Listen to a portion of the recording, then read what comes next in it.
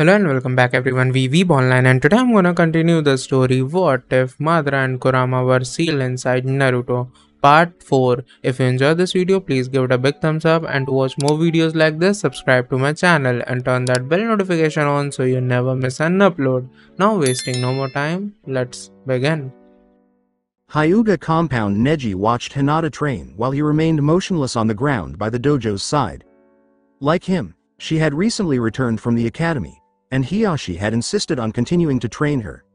Hinata was not like most other children her age, who were probably out having fun and reliving their childhoods.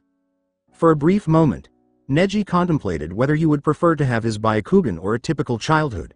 To his surprise, the decision wasn't that simple. Although Hiyashi hadn't been the perfect father to Hinata during her years here, Neji couldn't claim that his strategies hadn't been effective. Now that Hinata had entered the academy for the third time, Neji was certain that she would rank second in his class. Hell, at this point, she was probably stronger than several genin. She had to learn that much from Hiyashi because her attacks were fluid. She would find a way to dodge his ruthless Juken strikes and occasionally even surprise him, instead of letting them get to her. Her Juken was ineffective because she lacked the Byakugan. All she had to rely on was her memory, and even that wasn't sufficient.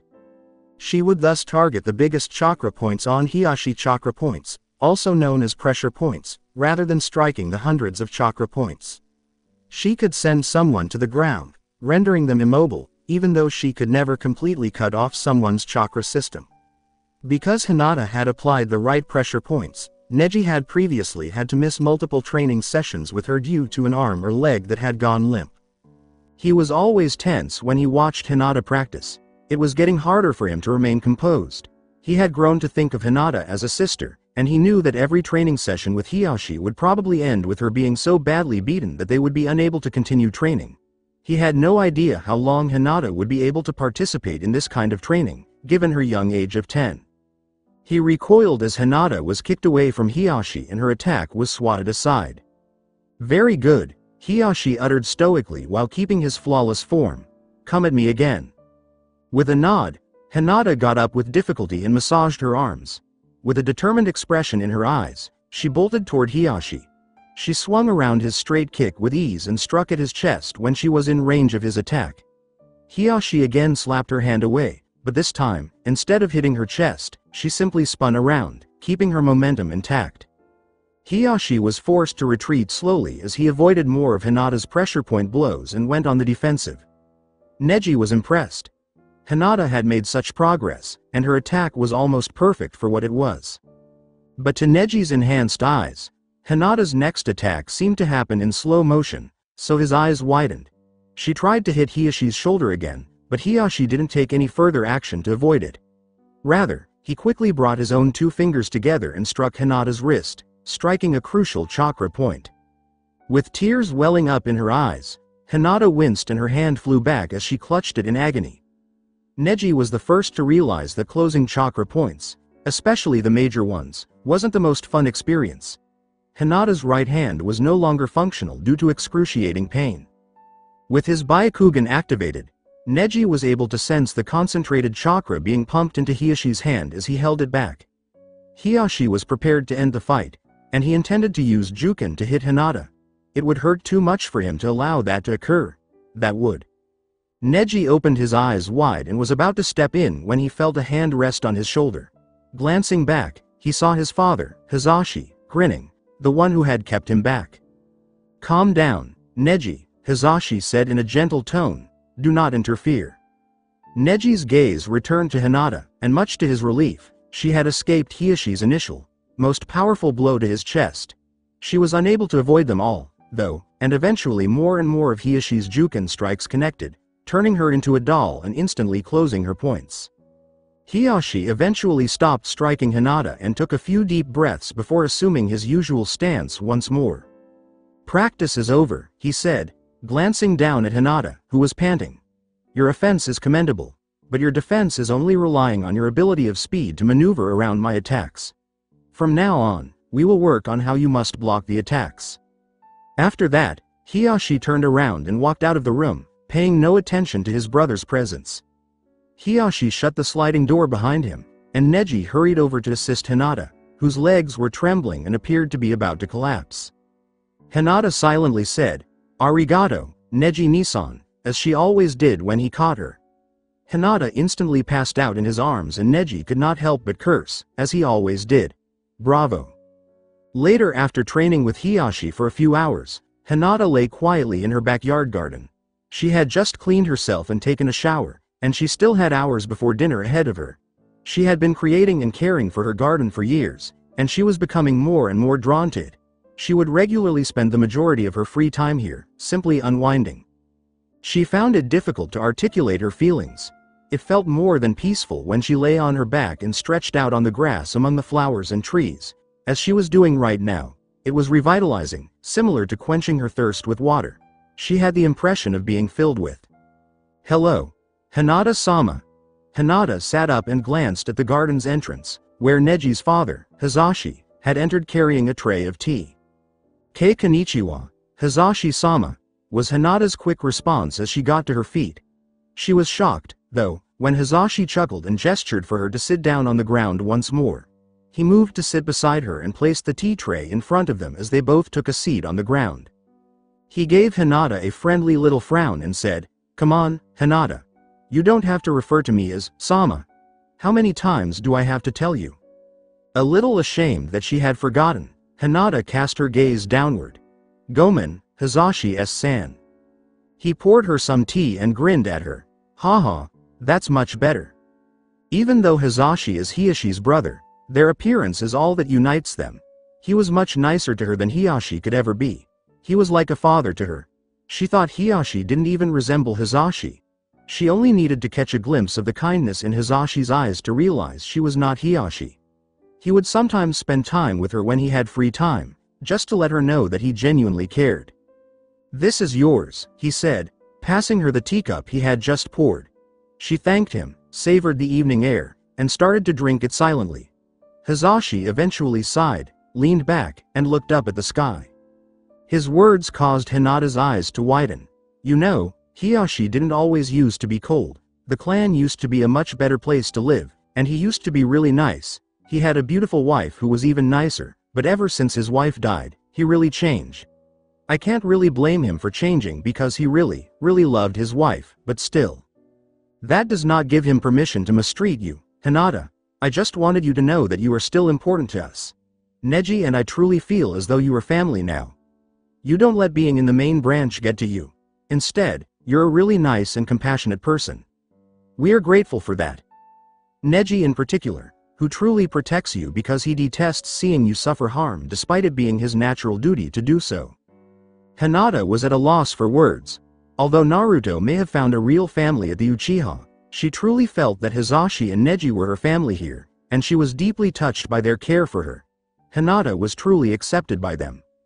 Aim Yahiko sat on his throne, staring at the people in front of him with the ring bearing Zero's inscribed number on his finger. Akatsuki, the new Dawn, was expanding, but it was still small. He and his group only had 5 members at the beginning of this organization. It made sense that he would assign each member a number upon entrance, so he gave them each a unique ring with their numbers written in kanji. The significance of the rings went beyond that, but he didn't have to tell them until his organization was fully formed. If all went according to plan, he would become the chief of all the villages. To that end, he would require a powerful military force, but that was not the reason he created Akatsuki. Once he was the chief of all, even with his immense power, he would still lack omnipotence because he could not be in every village at once. Consequently, he assigned Akatsuki members to be sub-leaders of various villages, the 5 major ones and smaller ones like Kusa. Moreover, he wanted to be in charge of the entire ninja military. To that end, he needed the members of Akatsuki once more. They would be his captains, and as such, ninjas like Jonin and Chunin would report to their designed Akatsuki Taiko, captain, who would report to him. He could not care less about individual villages. No, what concerned him was uniting their power as a whole, and for that purpose he would require captains. There were simply too many skilled ninja in the world for him to be able to supervise them all. Akatsuki could not expand under his leadership. It required sub-leaders, which his captains would be. That way, his peace would not only be thwarted by Japan. Maybe if he could bring about harmony here, maybe he could bring about harmony everywhere. The last sage of 6 paths brought peace to Japan, so why not bring peace to the entire world? He was aware of the wars raging around the globe, and he knew that not only did other countries have skilled fighters, but that in China, martial artists were able to literally bend elements to their will without the use of hand seals. He also knew that even further west in Europe, people practiced sorcery and magic, which is essentially a special form of chakra, but through wands rather than seals. On the other side of the globe, there were warriors who employed unique materials to fire projectiles faster than the blink of an eye, and there were assassins in the Middle East who could kill silently in the span of a glance. No, Japan wasn't the only country with skilled warriors, nor was it the only country with internal conflicts. Maybe, if he could unite all of Japan and serve as its leader, then maybe. He cleared his mind, shaking his head. That would come later. Right now, he needed to make sure he could restore peace to his own nation, which was harder than it seemed. He was still in his first phase of the organization, gathering members for Akatsuki to be his future captains.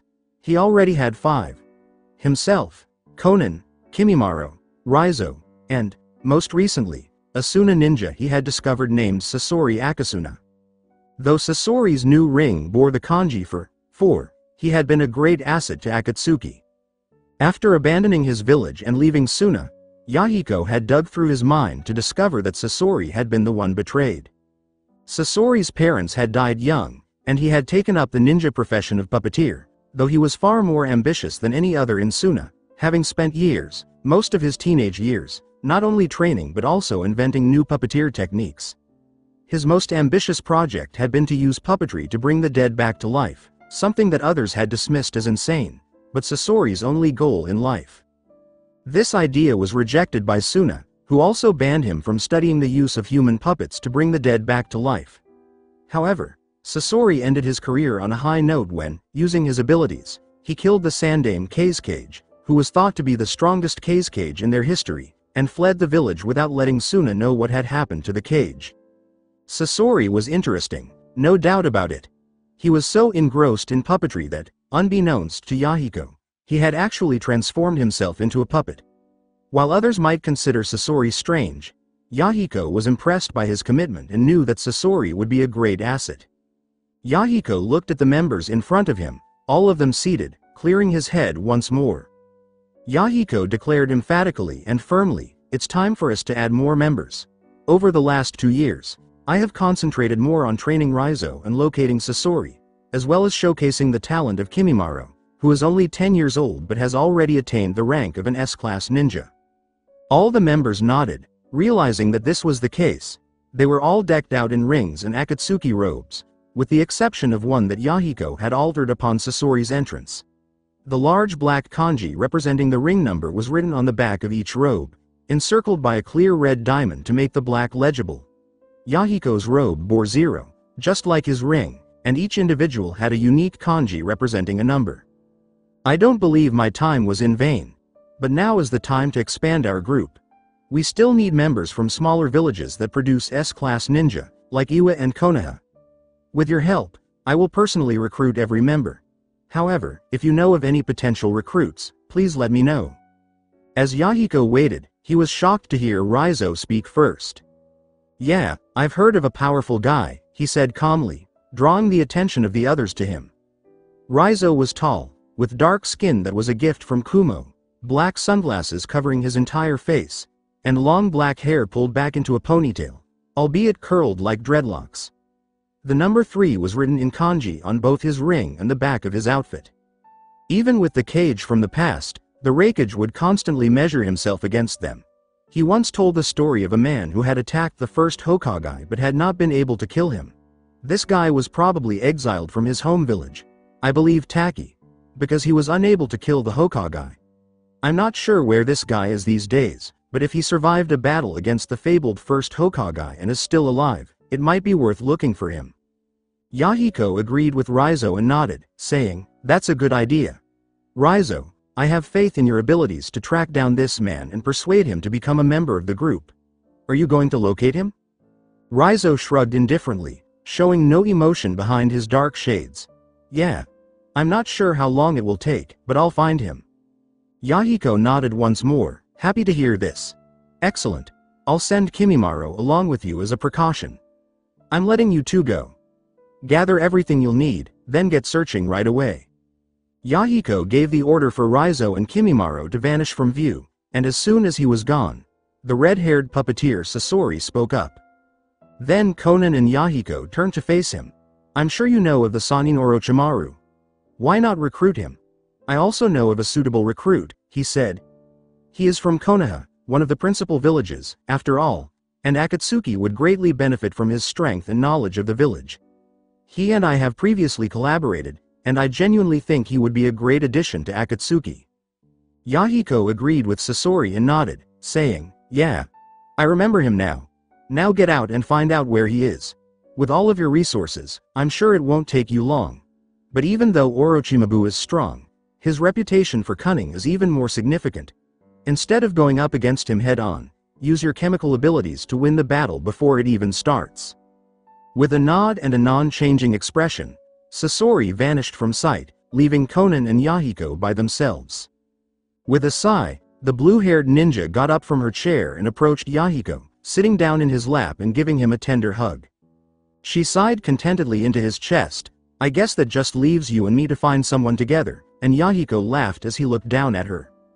He said, yes, and I'm sure with your paper abilities, it shouldn't take us long to find one. They had already looked through AIM in an attempt to find any potential candidates with hidden talents, but they had found none. In addition, he went on, I haven't heard anything about potential recruits from Iwa. Some of the smaller villages remain after that. Raizo is already researching Taki. Maybe we should take a look at Yukigakure, the village hidden in the snow. Konan shook her head against the fabric and moaned into his chest. No, it's way too cold there, she groaned. That's beyond the point, said Yahiko, staring at her indifferently. Konan shot him a determined look in return, saying, I want to be dry and warm wherever I go. Instead, we must travel to a warm, exotic location. It might even feel like a reprieve from our work in this soggy village. He couldn't help but want to leave the wet village too, despite Yahiko's earlier declaration. Okay, how about Kusa? It seems warm to me, and with all the surrounding forests and plants, it is definitely exotic. Konan, who couldn't even recall the last time she'd seen a tree, squealed into Yahiko, loving the idea of somewhere warm with trees. Yahiko laughed, obviously enjoying her response. Oh, I see. It's Kusa, indeed. Konoha. Morning, Academy. Naruto yawned as he entered the classroom, which happened to be right when the bell for class rang. To the obvious annoyance of Mizuki and Iruka, Naruto had arrived exactly on time, despite their wishes for him to be late. Iruka said mockingly, but with no malice in his voice, thank you for coming, Naruto. You may take a seat. Time had flown by so quickly that, to his surprise, he actually enjoyed class, even though his current grades showed that he was on the verge of failing. Naruto nodded and walked to the back of the room as he had done for years. At 9 years old, he had attended the academy for 2 years, meaning that in 2 years, he would become a ninja.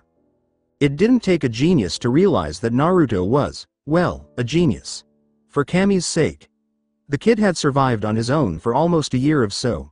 There was no way an idiot can survive in a world where everyone was hoping for his death.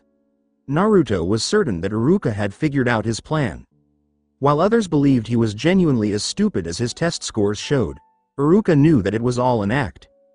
It was impossible that it was just a coincidence that Naruto had the bare minimum grade in the class that he needed to be able to take the genin exams. Iruka shook his head as he watched Naruto take his usual seat next to the quiet Senju and the intelligent Uchiha. The blonde-haired Jinchuriki was a genius, and Iruka was sure of it. When Naruto took his seat, the assistant teacher, Mizuki, said, Everyone quiet down. We're starting class. I hope everyone prepared for their practical exams because this test is going to be challenging. Both Iruka and Mizuki smiled at everyone in the class, anticipating this kind of response, while the majority of them moaned. Iruka comforted her friend, saying, Don't worry, we've been studying the material for several weeks. All of you will succeed, I'm sure. Come to the front, everyone. The students rose, shuffled down to form a line in front of the classroom, and Naruto stood up beside Sasuke. glancing at his brother and scratching the back of his head inquisitively. As they made their way to the center aisle, Naruto said softly, "Hey, Sasuke. What's this practical on?" With a sigh of amusement mixed with annoyance, Sasuke shook his head. "God, Naruto, you really are an idiot. This week has been spent reviewing. Of all people, you ought to be aware." Sasuke rolled his eyes at Naruto's blank stare. "It's on the Kawarimi." A smile spread across Naruto's face, and his eyes widened briefly. If there was one thing he was really good at, it was the Kawarimi. But then again, he wasn't supposed to be good at the Kawarimi. This was a big practical because if he did well, he would get a better grade and there was a chance he would pass the two other slackers in the class, Shikamaru and Kiba. Kuso. The class was arranged in a horizontal line in front of Mizuki and Iruka, waiting for more instructions. Naruto was positioned in the middle, between Sasuke and the girl with the pink hair who was always in the front. "All right. This is how it's going to work," Mizuki began. "Iruka over there will lay a log on the ground, and that log will be the object you will use to replace yourself." "Yeah, and the log's pretty big too," Iruka commented, setting the log down on the far right side of the classroom, so it should be easy to find during the actual substituting. "Okay. Now for the exciting part." The class watched as Iruka set the log down, some of them anxious that they wouldn't be able to substitute that far. "It's going to be difficult because this is a third-year practical," Mizuki said. "Not only will I ask you to substitute normally and under no pressure, but I'll also give you a headshake, which is when the substitution should kick in." Naruto rolled his eyes as the class murmured something akin to fear, but the girl with the pink hair next to him put her hands on her hips with a somewhat assured demeanor. "It's easy for me to do." She made this claim to no one in particular, attracting Naruto's interest. "Sakura, please stop talking. You're just trying to impress Sasuke," yelled a blonde girl who was standing on the other side of Sakura at her. With a smile spreading across his face, Naruto's eyebrows slowly rose up. He had to admit, the girl with the pink hair was pretty cute. Did Sasuke have a fangirl? He looked over at the Uchiha, who seemed to be having a conversation with Shikamaru without paying any attention to the girls talking about him. "And no," Sakura shouted in her defense, not wanting anyone to hear the conversation anymore, especially since Sasuke was 2 people away from her. "No, I'm not." "Well, you're going to need to impress him with this test cause you're definitely not going to impress him with that giant forehead of yours," the once shy girl said with a sly smile on her face. Sakura winced and Naruto cocked his head, wondering why the girl seemed self-conscious about her obviously normal forehead. He sighed, hating it when people were made fun of. Sakura, who had been quiet for the first 2 years of the academy and was only now beginning to come out of her shell, stammered out, "Well, trying to defend herself. Despite this, she was very self-conscious about her large forehead and even wore her hair down over it in an attempt to hide it. "What's causing your stutter? You'd think with such a big forehead you'd be smarter," Ino roared back. "If only your large intellect could enhance your ninja abilities, perhaps you could win over Sasuke," Naruto said, shifting the focus from Sakura, who was obviously losing the battle, to himself, saying, "Both of you are going to have to step up your game if you think you can win Sasuke over with an E-rank jutsu." He smiled playfully at them as they both stared at him. "Naruto, please stop talking. It's not like you'll ever be able to even perform a jutsu. I'm surprised you know what a jutsu is, anyway," Ino then said to him, crossing her arms and looking away. With a shrug, Naruto went back to his own worldview, not giving a damn about what Ino had to say. After all, Shikamaru had warned him that she was just another annoying, lively, and most importantly, troublesome girl.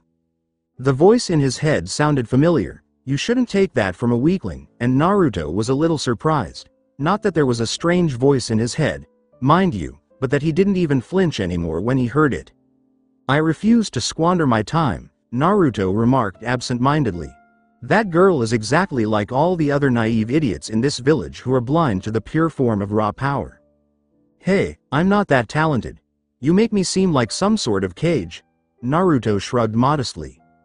"But you have me. And that makes you stronger than any cage," the voice in his head laughed.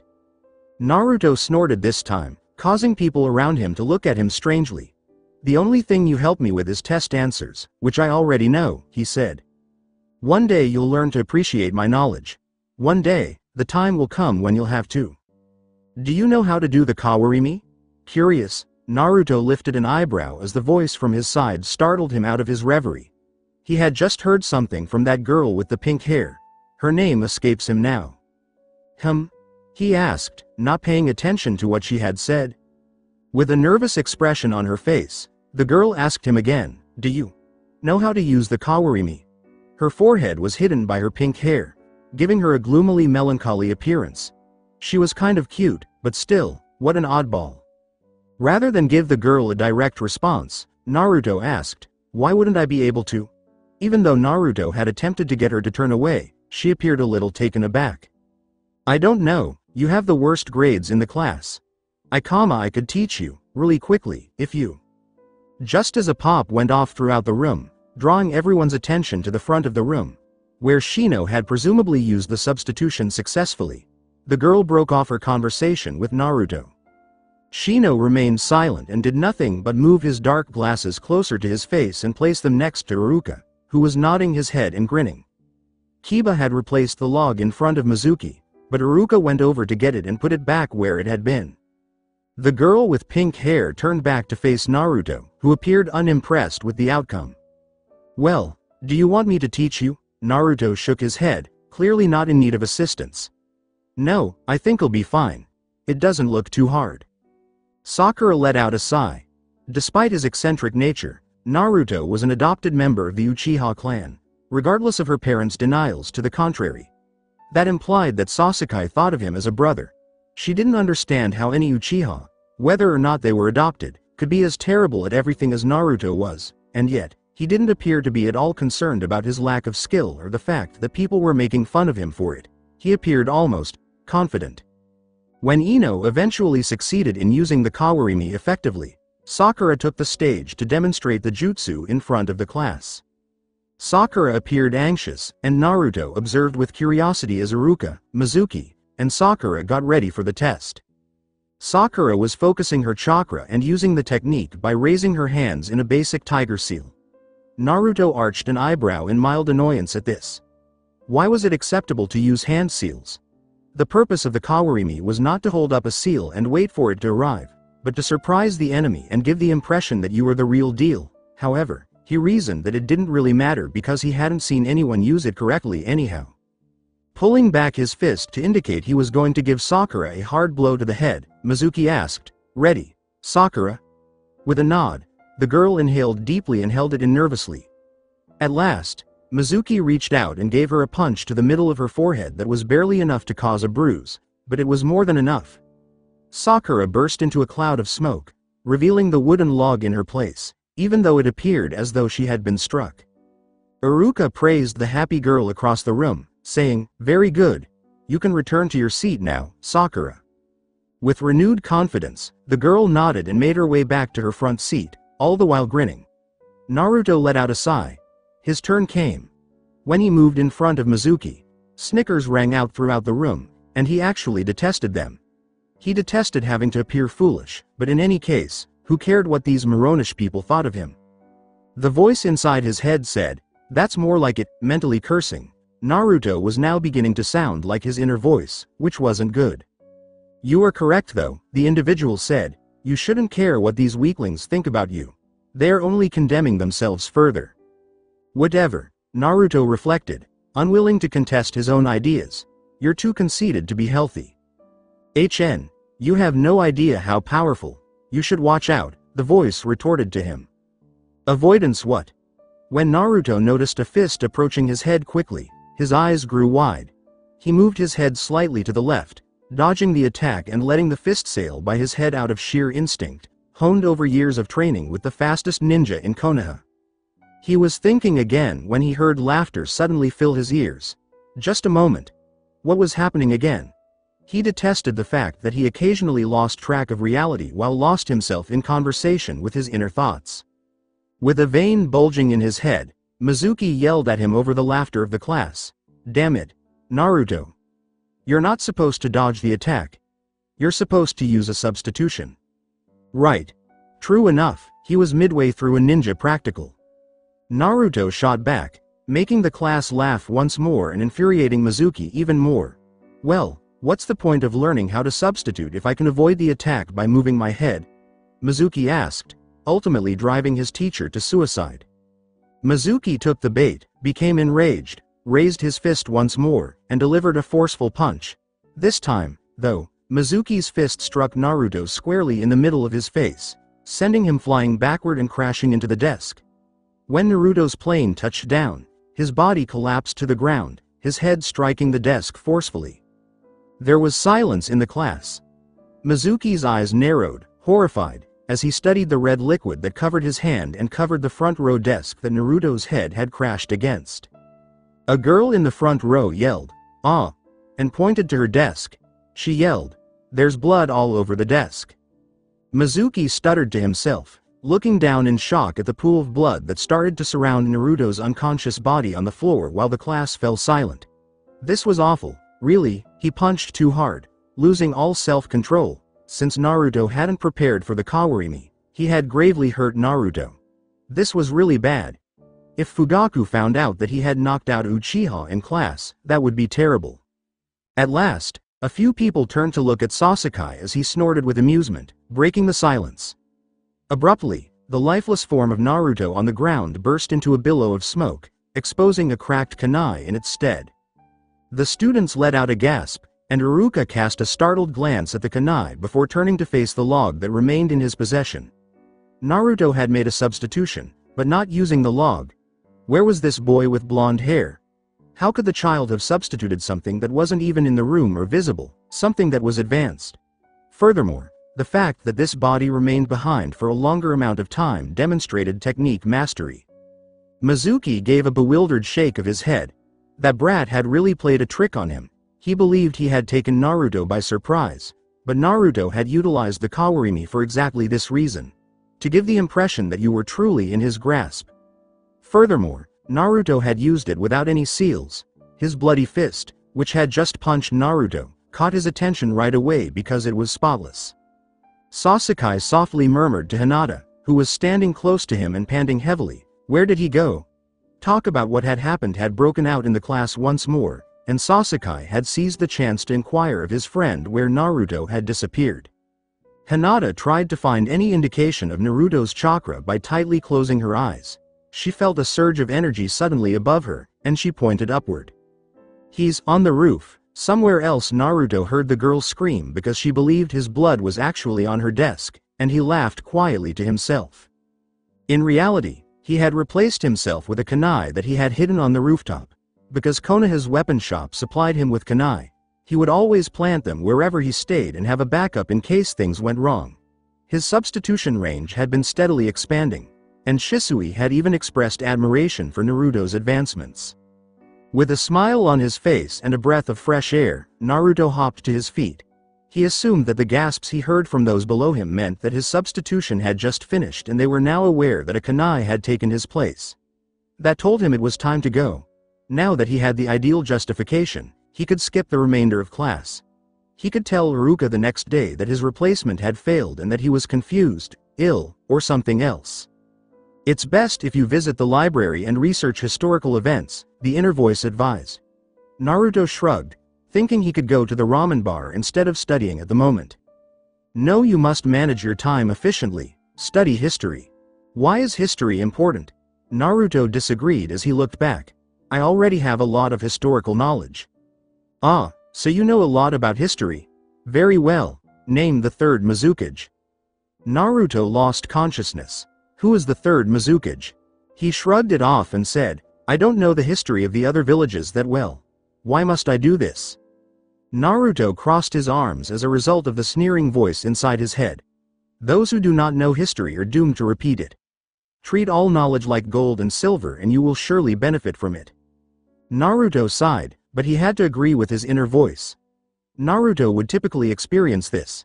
His voice would pose a question, and if he didn't know the answer, he would have to spend all of his leisure time researching the topic in the library in order to be qualified to write a book on it. It was unfortunate that Naruto would spend many hours studying that day, learning everything there was to know about the government of Kiri, the daimyo, the names, abilities, and accomplishments of the Mizukage, and much more. but not a single fact about the third Mizukage, who, according to Konoha's library, didn't even exist. The waterfall landed when Raizo started to walk through a beam of light that beautifully illuminated the pathway. He moved his dark shades further up his face. How annoying. At the moment, he and Kimimaro, dressed in traditional Akatsuki attire with their kanji numbers engraved on their backs and rings, were walking towards Takigakure, the village hidden in the waterfall. Since they knew they wouldn't need hats for much of the journey, they didn't wear any. Right now, they were on a single path that was encircled by trees that blocked out all light except for a few rays that brilliantly illuminated the path. After spending so much time in AIM, he had personally been missing the pure, lovely air. Still, this mission was really difficult. There was going to have to be a serious fight because he was supposed to track down a dangerous S-ranked killer. He detested conflict, but at least Kimimaro was by his side. Even though Kimimaro was only 10 years old and Raizo was physically stronger than the child would likely ever be, Kimimaro was still S-ranked and extremely lethal. He could only imagine how lethal a young Kimimaro would grow up to be. With his hands behind his head, the boy with white hair gazed around in awe. Smelling everything around him, he asked out loud, "This sure is beautiful, isn't it?" Raizo just grunted to save his energy, but he made no other response to the statement. Kimimaro tried to strike up a conversation with his partner again, asking, "How do you know we'll even find the place?" The trip had been incredibly quiet thus far, so he reasoned that meeting someone other than Konan-ne-chan would be beneficial. I mean, the place is famous for basically being the only hidden village that's still, well, hidden. The place has never been infiltrated before. Raizo shrugged, unconcerned by that fact at all. Perhaps we'll be the first. Kimimaro gave a nod. Raizo had actually spoken that time, and he was starting to make progress. And why do you think we're even looking here? I mean, Kakuzu was basically banished from this place. Do you think he's back visiting again or what? With a sigh, Raizo turned his head so that Kimimaro was looking straight into his dark glasses. Probably not. We're just here to find some info on the guy, that's it. Kimimaro gave a nod. The talk has come to an end. Before it grew deadly silent once more, he had to start over. He repeatedly grew out his knuckle bones subconsciously, which allowed long, bony claws to smoothly enter and exit his skin. Abruptly, a thought occurred to him. He tried to learn more about Raizo by asking, "So, what are your powers again? Wasn't it something like force?" Just as abruptly, Kimimaro was propelled into the air, almost as if someone were grabbing him by the back of his shirt. He thrashed his arms in an attempt to get back on the ground, but he was too good at it. "Force," Raizo said in reply. "Force and lightning are my two affinities." Raizo had not even looked in his direction, and Kimimaro nodded thoughtfully, amazed that he was still behind held in the air. Floating next to Raizo, Kimimaro questioned, "So can you lift up anything? How do you do it without hand seals?" With a yawn, Raizo let go of Kimimaro and he fell to the ground, landing softly. There are two basic force-style moves that I use best. The original one which I learned first was using my hands and chakra to control the force around me. Unlike the previous time, when it felt like a hand was holding him up, this time Raizo pointed his hand sideways at Kimimaro as he was walking. Suddenly, Kimimaro felt all of his weight disappear until he started to lightly float in the air. Using my chakra, I can control the gravitational force around a specific area, range dependent. This technique is quite difficult and it requires the use of one or both of my hands. This time, Kimimaro was dropped gently to the ground, and he couldn't help but smile. He voiced his opinion, saying, "That was really cool. It felt like he was flying. You can control gravity?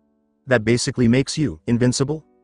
For the first time, Raizo smirked, and Kimimaro grinned broadly. "Here, check this out. You're gonna love this." Raizo turned to face Kimimaro, who had stopped and was staring at him bewildered. Raizo abruptly extended his hand and, while holding two fingers together, jabbed Kimimaro in the forehead, severely confusing the young man. But to his complete surprise, his entire body started to move backward rather than just his head. He started to float backward in midair, his feet just above the surface. All of a sudden, he flailed his arms around once more, and then all of a sudden he was hovering above the ground while spinning in a circle. Raizo found the boy's response amusing and started to laugh at Kimimaro's dispensation at this point. Raizo said, I've used my technique to alter the gravity around your body, to Kimimaro, who appeared to be swimming in midair. You basically weigh nearly nothing right now. Try jumping. With his feet extended to the ground, Kimimaro pushed off, and without even slowing down, he was shot high into the air like a missile. He lifted into the air and passed over the trees that were hovering over them, until he was able to see his entire surroundings. He was taking off. Just then, he felt someone grab his ankle, and he was yanked back down to the floor, where Raizo was waiting for him. Once more, the Kumo Nin jabbed Kimimaro in the forehead, but this time, Kimimaro instantly collapsed to the ground, pressing his face into the dirt as though attempting to consume it. Raizo burst into laughter once more at this. Kimimaro tried to stand, but he was only able to get as far as his knees. He kept laughing. It would appear, to anyone watching him, that he was carrying a massive boulder on his back, even though he was not. I can also make the gravitational force around you much greater, Raizo said. He prodded Kimimaro once more in the back, and this time the boy managed to get back up on his feet, his breathing heavy but his gravity normal. That was pant. Weird, he exhaled sharply. Raizo gave a nod. My second main ability in force is an invention I created myself. Instead of using my hands to control the force around a person, I create my own hands. Kimimaro gave him a vacant stare. What? Raizo let out a sigh. I create my own hands, out of force. There are invisible arms and hands that I can propel through the air and use to my will. Kimimaro's gaze expanded. That explains why, even though Raizo wasn't even paying attention, it felt like a hand was lifting him up earlier. I can use my arms to do whatever I choose, and I've mastered them to the point where I can create them without hand seals. Kimimaro let out a shocked gasp. Really? That's amazing. How many can you make? And how far can you reach with them? Raizo acknowledged that was a valid question and nodded. I can make a total of 7 arms at one period of time, and I can extend them to around 50 meters. Any more than 7 arms at once, I will lose my focus and they disperse. Likewise, if I reach any longer than around 50 meters, then my chakra strength will weaken and I will be unable to solidify and control the arms. Kimimaro exhaled, obviously amazed. Sugoi. But, what do you mean, solidify? Raizo gave another nod. My arms of force are naturally intangible, but I can solidify them at will, within my range and arm count. Show me. When Raizo gestured to the ground, Kimimaro's arms moved in that direction as well. As though Raizo had pressed his own hands into the ground, 2 handprints with 5 fingers on each suddenly materialized. Startled, Kimimaro inquired, and you can extend them to 50 meters? Wait a second, could you use your arms to push yourself off of the ground, or walk on them? Raizo gave a head nod. Again, there were handprints in the dirt, but this time, Raizo started to gently rise into the air. He said from the air, here, I'm going to push a lot of chakra into the arms, and you might be able to see them. Abruptly, a blue energy started to emerge in the atmosphere, and soon Kimimaro could make out 2 long chakra tubes that led up to a region on Raizo's back. He could see the 2 hands made of chakra attached to the arms supporting Raizo on the ground. Raizo got back on his feet and started walking again, Kimimaro trailing behind. It seemed he had gained a new admirer. Whoa! That's incredible! Exclaimed Kimimaro. How strong are they? A tree in front of them was abruptly torn out of the ground and flung into the air behind them, flying back as if it had been thrown by Biju, answering Kimimaro's question. Kimimaro could not speak. That's too cool. Do it again. Rip out another. Raizo extended his actual arm and motioned for silence, at which point Kimimaro stopped. They both stopped walking at that moment, and something echoed along the path. The noise was a waterfall, uttered Raizo. I can hear a waterfall. That means we're close. Be quiet and follow me. Morning, Konoha. Ohio. Shisui sat down on his usual stool, grinning, and called out greetings to the ramen bar. The teenage waitress with brown hair emerged from behind the curtains in less than a second, prepared to take orders. Ayame grinned and moved to the counter, putting her elbows up to support her head as she leaned over and saw that it was Shisui. She exclaimed, "Hey, Shisui-kun," and was glad to see him. After a brief glance around, she noticed that there was no blonde. She inquired, "Where's Naruto-kun?" Pondering the whereabouts of his younger brother. After all, He and Shisui would frequently dine here in the mornings. Uchiha, the Joker, shrugged his shoulders, not really understanding the response. Not sure, he replied. I guess he actually went to school on time this morning. Yo. Shisui cocked his head to the side to see Itachi standing beside him, fully clothed in the Anbu captain uniform, except without the mask. Itachi-chan! Exclaimed Shisui with excitement, taken aback by his best friend's appearance. I thought you had work to do? Being captain and all. With a shrug, Itachi picked up a menu from nearby and flipped through it with his dark eyes. I get a day off. Sarutobi knew that I've been doing a lot of work recently, so he's given me the day off. Shisui gave a sympathetic nod. Itachi's workload had skyrocketed since he was appointed head of the Anbu, or top captain. A few years ago, after Hitaki Kakashi, the previous captain of the Anbu, retired and became a regular jonin, he was promoted.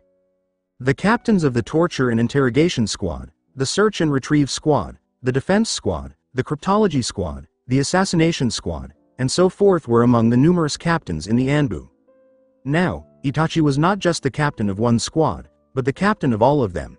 He was the person to whom each squad captain had to report. That essentially made Itachi one of the most powerful people in the village.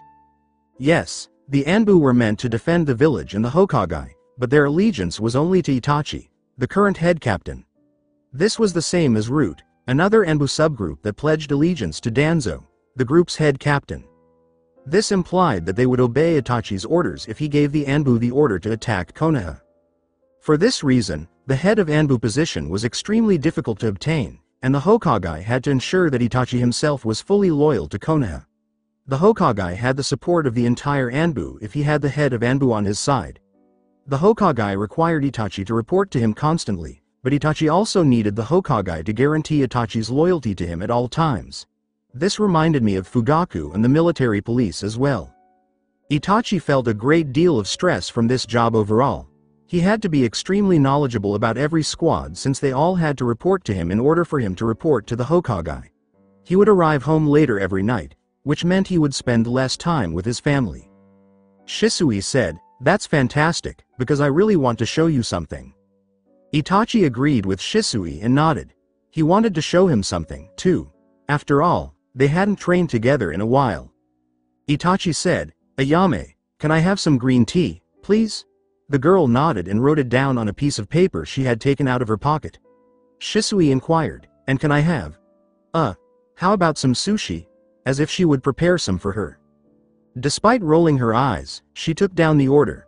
"Okay, everyone grab your food in a few seconds, guys," she exclaimed as she moved behind the curtain to start cooking. Silently, the two teenagers Shisui and Itachi sat next to each other without exchanging words. Itachi was the one who finally broke the ice. "So, how's everything with Ayame going?" he inquired, receiving a perplexed look in return. With a knowing look, he gave back the intense stare. "Don't pretend like you don't know what I'm talking about." Shisui gave a headshake. "I really don't, she's fine, I mean, she does the same thing every day. She cooks food, goes on breaks, you know." Itachi rolled his eyes and sighed. He asked blatantly, "Have you made a move on her yet?" Which almost knocked Shisui off his stool. "I mean, how long have you liked her? And you haven't even told her?" Waving his arms in front of Itachi as though they would make Itachi forget everything, Shisui shook his arms. He exclaimed, "You got it all wrong," which caused Itachi to roll his eyes once more. The sluggish Uchiha said, "Whatever," not wanting to cause a scene, which Shisui would undoubtedly cause. "Let's just finish this meal so that you can show me what you want to show me." OTOA dark laboratory occupied by an even more sinister scientist was illuminated by an unsettling light that caused cauldrons to sizzle and test tubes to bubble. The man had jet black long hair that hung down to his back, and his pale, light face stood out against his white robes. His eyes were as narrow as a snake's, which sums up these men perfectly. He hummed, in a scary voice, "I don't think this will quite work." He extended his arm and a snake emerged from his long white sleeve, slithering through the air and across the room until it closed its mouth around another tube. The snake cautiously retracted and held the tube in its mouth until the man was able to grasp it in his hand. The man poured some of the liquid into the cauldron in front of him without thinking twice. and the liquid inside started to smoke and changed color completely. The man said, "Perfect."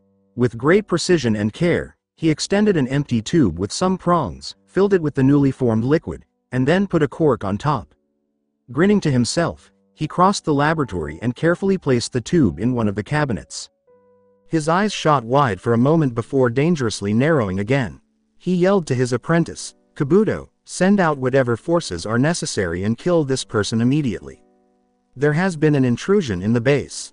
A teenager with silver hair stepped out of the shadows, his face hidden by a hooded cloak. "Hi, Orochimaru-sama." The boy then vanished from view, leaving Orochimaru to consider his options carefully. Who might have discovered his hiding place? And why, in the first place, would anyone be looking for his hiding place? Could it be Konoha? Maybe Jiraiya had located him at last. He tasted the air with his long, snake-like tongue that slithered out of his mouth. He could taste the infiltrator's chakra thanks to his enhanced senses. What a potent chakra. Jiraiya had to be responsible for this. Maybe Kabuto will flee once he realizes who it is. Orochimaru let out a sigh. Someone had found his hideout, probably Jiraiya, a formidable ninja. That meant that the best course of action for him would be to flee, destroy all of his evidence at this hideout, and look for another one of his. Whatever. He had already committed his recently found formula to memory. Gathering some of his personal effects, he calmly left the laboratory through the back door. Later, a stone wall parted, allowing Orochimaru to enter the forest that surrounded his hiding place via a secret passageway. As soon as he was safely beyond the enormous blast, he would blow up the whole place. Where was he? Had Kabuto been astute, he would have already encountered him outside this covert entrance. Abruptly, there was rustling from the trees overhead, and Kabuto fell to the forest floor exactly as Orochimaru had hoped. But to his astonishment, the boy had already lost consciousness. "It appears that you have adopted my informant as your own," a voice from behind the trees said. Orochimaru tensed up visibly and cursed in his head. It was considerably worse than Jiraiya finding him. Sasori of the Red Sand was this person. A tall, red-haired young man emerged from the forest trees, smiling confidently as he approached. Even though he appeared to be no more than 20 years old, Orochimaru knew that he was most likely twice that age. "Don't worry, though, I no longer give a damn about that spy," Sasori said, seeming completely at ease in the presence of a ninja such as Orochimaru. With his guard up, Orochimaru asked, "Why have you tracked me without warning? And where is your battle puppet?" Sasori succeeded in grinning at the Sannin. Sasori said, "I'm not here to fight at all, Orochimaru. I have come here upon a request from my leader." Orochimaru's thoughts ceased instantly. "Head. I have joined an organization called Akatsuki. Why else would I be wearing such a robe? This organization is in need of captains, specifically S-ranked ninjas such as you and me. The world is changing, Orochimaru. The largest of all shinobi wars is bound to occur, and it's time to question which side you are allied with. The shinobi villages, or our leader?" Confused, Orochimaru questioned, "A war? This leader Sasori had mentioned, who was he?" "Our leader wishes to bring peace to the land, but the land will not accept his peace unless he takes it by force. That is why he needs us." Orochimaru gave a snort. "I'm not going to work under someone again, I'm on my own now." Sasori gave a headshake. "You don't understand. You and I have worked together in the past, you know how I work. Together, you and I discovered the first steps to immortality. Our leader has promised us the right to be able to research again, he will give us power. We'll have the resources to continue our research where we left off. But, just like myself, you will have to see his power for yourself before you can truly understand what I mean. The power of a god." Orochimaru grinned and giggled at Sasori's stupidity. "The power of a god? That's unlikely, I'll take my chances of working on my own." Beneath Sasori, a massive snake suddenly slithered out of the earth and wrapped itself around him, crushing his bones. The snake slithered up and bit Sasori's neck, piercing him with its venom. "A unique type of snake that I have developed," Orochimaru remarked, smirking to himself. "Its poison will knock you unconscious in a matter of several seconds, and you will die within the minute." Orochimaru was really afraid of something because it seemed a little off. He was unable to identify it until all of a sudden, he realized what it was. Sasori's expressions from when he was speaking to him and after getting bitten by the snake had not changed. Orochimaru's test subjects had told him that the pain from crushing the snake and the poison should be unbearable, but Sasori appeared to be in no pain at all. Orochimaru's eyes widened as the snake that was hissing around Sasori suddenly became ridged and fell to the ground around him, dead. Sasori remarked, turns out my poison worked much faster than your snake's. At the bite mark on Sasori's neck, where purple fluid was seeping out, Orochimaru's eyes narrowed. His snake's venom was evident, not purple. How was Sasori able to get poison in his neck? Was it his blood? No, it couldn't be. So, you actually followed through with it, murmured Orochimaru. His scowl gave way to a smile, and then he started laughing. You really did it, huh? That explains why you look like you haven't aged since we last met. Just as Orochimaru turned to strike back, all of a sudden his hearing went away and his vision blurred.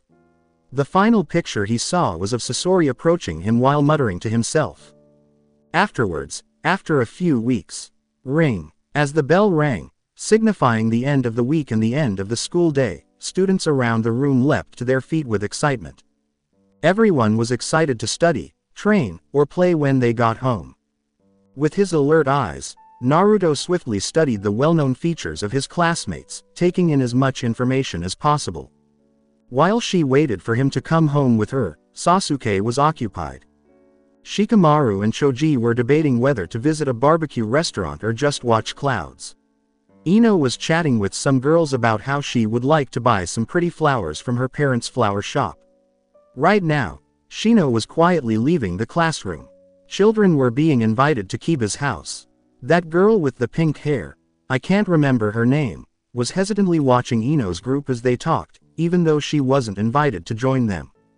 Everything was as usual, but then something was missing from Naruto's view. Hinata was nowhere to be found. Hey, you guys want to come over to my house? Kiba asked Sasuke and Naruto to come over as she stood in front of them, startling him out of his reverie. Coolly shrugging, Sasuke seemed to like the idea. He said, sure, I'll go, turning to face Naruto to check if his brother would follow him. With his eyes darting around the room, Naruto could not find Hinata. I have to apologize, but I have to back off, Naruto said, drawing away swiftly. Kiba shrugged and left in Shikamaru's guise. As soon as Naruto bolted from the classroom, Sasuke shot a bewildered look at his brother. Naruto ran past Shino as he dashed outside and kept running down the street. He eventually noticed Hinata, a girl with long brown hair, strolling down a busy street. He raced toward her, and her brown eyes widened with surprise as he pulled her aside. He said, "Hey, Hinata Haim." She appeared to be averting his gaze, as though she had accidentally stuck her hand in the cookie car. What's going on? Not enough time to say goodbye to me anymore. For a brief moment, Hinata stumbled over her words as she attempted to come up with a reason. Grinning broadly, Naruto let out a sigh and took her by the shoulders to shake her out of her daze. Hinata, we're best friends, remember? Now, Hinata sighed and appeared to relax. Gomen, Naruto-kun, she answered, raising her gaze to meet his. He grinned, relieved that she had regained her composure. It's okay, he exclaimed, releasing her hands. Why did you leave so early? Do you want to hang out with me? We can go to the library, or go up to the monument. We haven't been to my old hideout in a while. With a sad shake of her head, Hinata smiled. Naruto's expression darkened as he apologized, regretting that he would have to leave his special friend behind. He questioned her, really? Unwilling to accept no as an answer. Remember when we had been separated for so long? You used to love to walk through Konoha with me, and I used to love it too. Back then you were excited for a chance to leave the Hyuga compound. Nodding, Hinata recalled that too. She glanced up into Naruto's azure eyes with almost impatience. I still do. I just can't. Hiyashi-sama wants me home early, so we can train a little. After giving it some thought, Naruto grinned at her. Come on, Hinata-chan. We haven't spent time together in a while. You're always training with Hiyashi Baka, why can't you train with me today? Hinata appeared uncomfortable with Naruto's use of the term, baka, as evidenced by her visible flinch. Anyo, I don't think he would appreciate if I just left without telling him. Naruto shrugged, solving that issue wasn't too difficult. That's fine, he said, we can just go tell him now, together. No, it took Naruto a moment to realize that Hinata had responded to his question with such ferocity, and she was equally surprised. She looked away, blushing a little bit from her outburst of anger at him. She muttered, "G Gomen, Naruto-kun," not liking the shocked expression on Naruto's face. "It's just, I don't think Hiashi-sama would like for you, first too." Naruto pondered deeply for a while. Why had she responded so quickly? He questioned, what's wrong? Not understanding the issue as she did. We can just ask him nicely, and I think he'll let us go. If not, you can just sneak out through your window again and we can meet outside your compound. No, Hinata replied, albeit with a lot more composure than before. You can't talk to Hiashi-sama. Why? Naruto inquired, attempting to figure out what the issue was. He didn't really care that he had hated the man at the orphanage for taking Hinata, now that he could see her every day at school, even though he had hazy memories of their initial encounter. Upon further reflection, he was fairly certain that he had also played a practical joke on the man previously. After all, it's not as though Hiashi would recall it. She mutely said, he doesn't like Uchiha, attempting to dissuade Naruto from doing it. As though it didn't matter, Naruto dismissed it with a shrug. I'm not Uchiha by blood, so I think it'll be fine. Hinata let out a sigh. No, he really doesn't like Uchiha, or, why you? At last, Naruto stopped, realizing what she was implying. Well, so it seems that Hiashi remembered his practical joke, which explains why he didn't like him. Thus, then, one who loved adventure, Naruto said, how about you just don't tell him? How about we just leave now, and check out the monument together?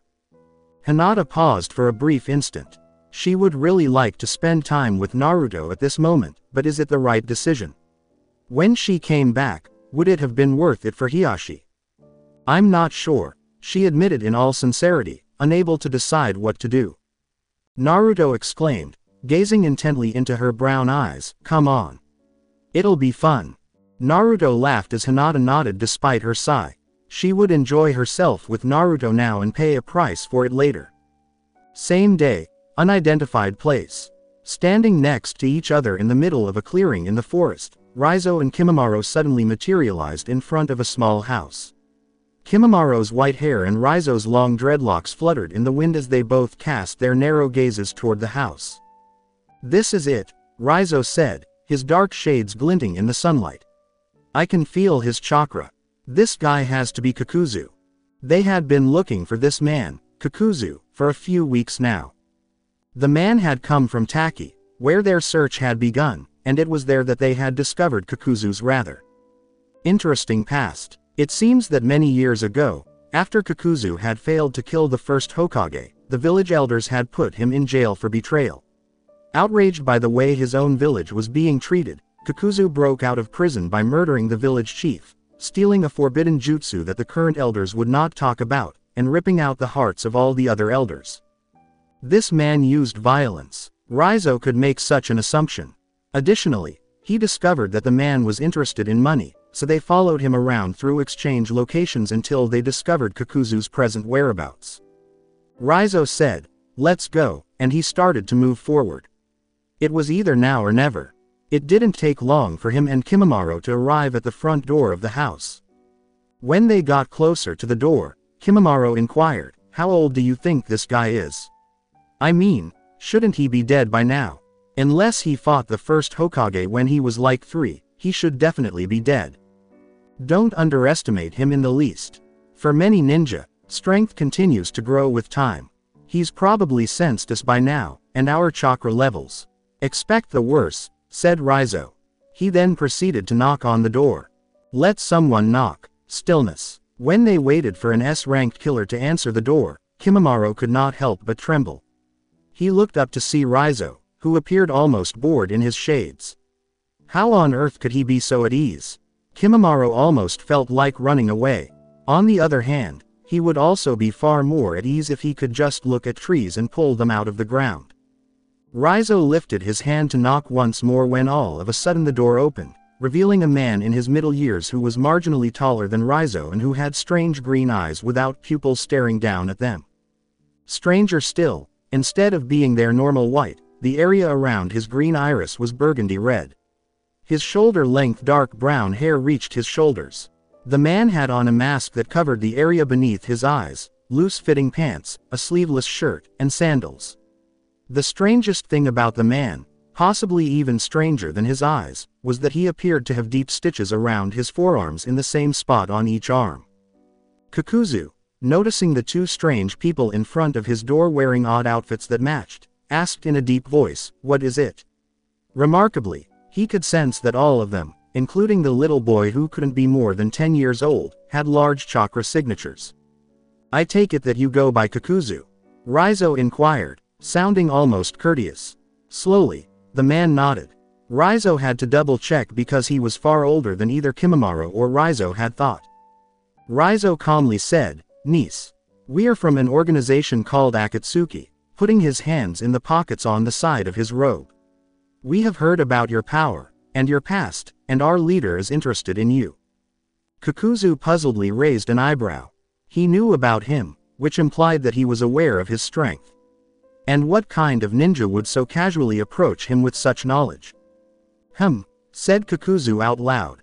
Either this man was very powerful, or he was very stupid, he assumed. "Tell me more about this organization." Raizo nodded, appreciating Kakuzu's curiosity. "All right, so, Akatsuki is a small organization in AIM, founded by our leader. Right now, our leader is recruiting members, such as myself, to become future captains of Akatsuki. Only, the cool part is that each of these captains must be S-ranked or higher, and they must leave their village behind them." Kakuzu's curiosity increased as his eyebrows shot upward once more. A group of S-ranked ninja together, for what purpose? Our leader wishes for peace. He is going to stop the wars of the land, and for that, he needs an army underneath him. AIM itself doesn't have that much talent, so I think he's going to be recruiting all sorts of members to his village. From there, he is going to take over each of the 5 great villages, and station as captains there to be in charge and maintain his power over the land. The plan made Kakuzu laugh, but to his surprise, Raizo shared his smile. "Yeah, I know it sounds crazy. I didn't think that our leader would be able to bring peace, until I fought him. Now, surprisingly enough, I have no doubt that he will be able to rule over all of the villages." Raizo grinned even more as Kakuzu stopped laughing. This is a chance, it's a chance for us powerful ninja, who either don't wish to ally with their village anymore or have been kicked out of their village, to finally be able to come out of hiding and seek what we truly want. All of your dreams will be able to come true through this organization. Kakuzu cast a narrowed gaze on Raizo. Every dream he had. He came to the realization that he needed money to survive in the real world after getting kicked out of Taki. Money was everything, and if he had enough of it, he would undoubtedly be able to survive. His dream was to become wealthy enough to never have to use his ninja abilities to kill someone again. He wanted to buy his own mansion and be able to live there alone, peacefully. However, if he joined this group, a whole village would be beneath him. Just imagine the financial benefits. Kakuzu questioned, giving the idea some serious thought. "Will I be paid?" Raizo gave a shrug. "I don't know. Our leader told me that before we could actually take over any village, AIM needed to actually become its own great village. In order to do that, he was going to send all of the captains on missions throughout the world, collecting a large enough money for AIM to become one of the great villages, equal with any other village. That's a lot of money, and he does let us pocket whatever money we need. Right now, we have all of AIM's reserves feeding Akatsuki, though he wants to let that grow." Kakuzu gave a nod. This didn't seem like a bad idea at all. He would be able to join a company and get a high-paying full-time job. He would offer the group his expertise and experience in exchange for their protection. He would once more have a village. Kakuzu questioned slowly, "So these captains are members of different villages and have defected?" Raizo gave a nod. "I see. I'm judging by the color of your skin that you have come from Kumo. What is your name?" Raizo is my name, he answered. It was much easier than he had anticipated. Previously, when Yahiko had instructed them on how to find new members, the first course of action had been to inform and ask them, in the hopes that they would inevitably consent. Bringing them to him, where he would personally convince them or murder them, was the second option. When Kakuzu heard the man's name, his eyes flickered momentarily. It was Raizo, the most wanted man in Kumo, if not all the ninja villages. He cast a quick glance at the smaller boy, who appeared to be far more tense than Raizo, as there was a bounty of over $50 million on Raizo if he were to capture him and bring him back to Kumo.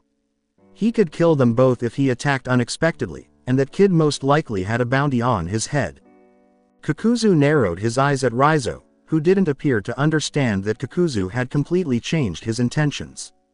A kunai materialized in Kakuzu's hand in an instant, and he lunged forward to stab Raizo in the chest with the intention of impaling the off-guard ninja. Hold on. When Kakuzu's blade was stopped, though not by Raizo, his eyes grew wide. The boy with white hair who was standing beside Raizo had swiftly extended his arm, and a bone was sticking out of his forearm, preventing the blow. How in the hell? Raizo exclaimed, damn, not even flinching from the unexpected action that had just taken place. Now we have to fight, and everything's gonna be awkward when he makes you join the organization and we have to see each other again. Ah, well. In order to avoid Kakuzu's next attack, Kimimaro and Raizo both leapt backward and into the grassy field behind Kakuzu's house. The man with brown hair approached cautiously, chuckling to himself. He had struck it lucky, not even. He had won the $50 million jackpot. He was in luck today. Raizo and Kimimaro nodded at one another, knowing exactly what to do. They eventually came up with their own fighting strategy while strolling down the path, just in case Kakuzu attacked. Even though there wasn't much action, they both understood that this was the simplest method to capture Kakuzu alive. With his glasses on, Raizo showed Kakuzu his right hand, his expression expressionless. Narashi Tukai. Raizo's hand appeared to be surrounded by a puddle of reality, and then all of a sudden, a circular shimmer of force emerged from it. When the wave of force struck Kakuzu, everything around him went black and white, and his eyes widened. Immediately, he collapsed to the ground on his knees, cursing the sensation that he had just been rapidly whirled around 100 times. The colorless world whirled around him, and his hands gripped the ground as if he would fly away if he didn't hold on. He watched as Raizo approached him slowly while attempting to keep his head up. His eyes couldn't stay focused on the picture of Raizo, and his mind was practically trembling. Rather, it appeared as though between 2 and 10 Raizos were approaching him. The visuals were constantly shifting. What was happening in his head? He was unable to even stand up. He was out of control. Raizo got the unconscious Kakuzu up and said, I'm surprised you didn't pass out immediately. Kakuzu was holding his head. Everything was colorless in Kakuzu's world, and Raizo's voice seemed to be amplified as it resonated inside his head. I used more chakra than necessary, yet you're still conscious. You must have a shitload of chakra. More so than I can sense right now. Kakuzu began to swear as he made every effort to get to his feet but was unable. He struggled for a while before finally collapsing to the ground and losing consciousness.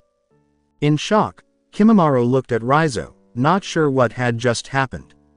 Strolling alongside his partner, he said, Raizo, what did you do? Did you use your force arms? Who is Narashi Tukai? Raizo dismissed the issue, reaching down to lift Kakuzu up with his invisible arms, though it looked to Kimimaro as though he was floating alone. I sent out a force wave which entered his mind through his ears and destroyed his equilibrium. He lost control of his body and the force waves disrupted his concentration. Normally, it knocks people and ninja unconscious the second it reaches them, unless they either cover their body with chakra, which disrupts my waves, or they just naturally have a lot of chakra, like this guy had. Then, they just lose control of their body, how much depending on their chakra level. Kimimaro gave a nod. During his journey with Raizo, he discovered that he respected the man more with every conversation. This guy was just incredible. Alright then, we've got Kakuzu. Let's report back to the leader. Kimimaro gave a nod. Hi. Immediately afterward, the two Akatsuki and the unconscious floating Kakuzu vanished from view, returning straight to Aim's hiding place. Konoha, Twilight, where's Hinata? As he moved through the hallways of the Hyuga Manor, his father abruptly pulled him aside, and Neji cocked his head in confusion. He didn't fully understand the question, so he asked back, "What do you mean, where's Hinata? She should be training with Hiyashi-sama by now, right?" Hazashi slouched his shoulders and regarded Neji with a weary expression. "She's not here. He's been waiting for her arrival, but for some reason, she just hasn't shown up." "When did you last see her? Don't you usually walk with her after school?" Neji swore inwardly. His father didn't have to explain what this meant to him. Hinata was the one who understood this better than anyone else. Hiyashi-sama didn't like it when people tried his patience. Why in the world would she consciously decide to forego her training? Who would make her act in this manner? Neji hissed, cursing to one side, "Naruto. This is definitely Naruto's doing. He's the only one who would be able to convince Hinata to leave her daily training. He's the only one she would listen to, Kuso. Doesn't he know what Hiyashi is going to do to her when she comes home late? Doesn't he care?" Hazashi put his hand on his son's shoulder but sighed once more. He attempted to soothe his son's rage by saying, "Be at peace, my son. Adding even more anger onto this situation cannot do anything but hurt us." Neji became more composed, but his anger remained inside. Doesn't he know? Now Hinata's going to have to get hurt. Now Hiyashi is going to take his anger out on her. Neji-sama, Hazashi-sama. To their astonishment, Tokuma, a member of the branch family, was the voice calling out to them as both father and son turned to face it. "Hiyashi-sama has summoned all of the clan to the dojo." Hazashi's shocked eyes grew larger. "The entire clan, to the main dojo." With a nod, Tokuma gestured for them to follow him. "Hurry." Neji and Hazashi exchanged a brief glance before Tokuma led the two of them to the Hyuga compound's main dojo. Hazashi said, "Neji, look at me for a second," as they started moving quickly. He turned, and Neji could see that anger was pining at his face. "Neji, promise me this." When Neji did finally stop, he turned to face his father, who was looking at him with caution in his voice and grief in his eyes. "What, father?" Neji asked, his thoughts moving too quickly for him to concentrate on the brief exchange. Ahead of the entire clan, what action were they going to take with Hinata? "Neji, my son, promise me that whatever happens tonight, that you will not interfere." Neji took a moment to glance up at his father, but he did not answer immediately. What was happening? Later, that late evening, Hinata went to the Hyuga compound by herself in the hopes that she would be able to get away with leaving covertly. She was fully aware that Hiyashi would be upset with her and that she would probably have to endure a harsh training session until late tonight, but it was well worth it. It was, of course. Her best friend, Naruto-kun, had occupied her free time, and she would sacrifice anything to spend it with him. Simply to be able to see his radiant, kind smile, something she was not allowed to have in the Hyuga compound. Simply to hear his comforting laugh. The two guards at the front entrance, both of them staring at her gravely, caused her eyes to widen. Why did they seem upset? What would be the point if she arrived late? When she was finally getting close to the entrance, one of them said, "Hinata-sama. Please follow us." After saying that, he and his companion turned around and entered the compound. Though her heart was racing and her mind racing, Hinata had no choice but to follow. What was happening? They wanted her to follow them, but why? She asked, trying to sound braver than she actually was. Where are you taking me?" The other Hyuga turned to face her this time, and a look of obvious sadness covered his face. "Hiyashi-sama has summoned you to the main training dojo, and he wished for you to be escorted there immediately upon your return, you, and the whole clan." For a brief while, Hinata ceased her walk, fear coursing through her body. The primary training facility, and the entire clan as well. Why? She inquired as she caught up to them once more. She decided it was useless to try to hide her fear any longer. She was clearly afraid, and the guards could see it too. She was terrified, so terrified. The first one said, "He is quite upset with your expedition with the Uchiha," without looking back. Hinata felt her blood freeze. How was he aware? Had Hiashi suspected that she and Naruto had escaped? No, this was awful. Though Hinata wished she could have continued walking, they soon came to the grand entrance of the main dojo, the center dojo, which was large enough to accommodate the entire clan. Hinata gasped as the doors opened and she saw the entire Hyuga clan, seated around the central dojo, staring at her. The glare from her father, who was seated in the middle of the dojo, was far, far worse than the looks of the 60-plus Hyuga. Come, Hinata. The night had been silent. There was silence throughout the compound, but Hinata could assure them all she could hear her own heartbeat pounding. She swallowed nervously and moved carefully onto the wooden center of the dojo. The huge room was filled with an unsettling glow from the hanging candle lights that lit the entire space. As Hinata crossed the wooden center in front of Hiashi, she could hear her tiny footsteps reverberating throughout the space. The entire clan staring at her was becoming too much for her to handle. Hinata, Hiashi said icily as he rose to his feet and loomed over her. Would you like to explain to me and the clan what you were doing when you decided to ignore my direct orders and leave the compound unattended? For some reason, Hinata usually found it difficult to look someone in the eye, but she could not take her eyes off of Hiashi's piercing glare. As everything around him started to disappear, she was left with just his face and voice.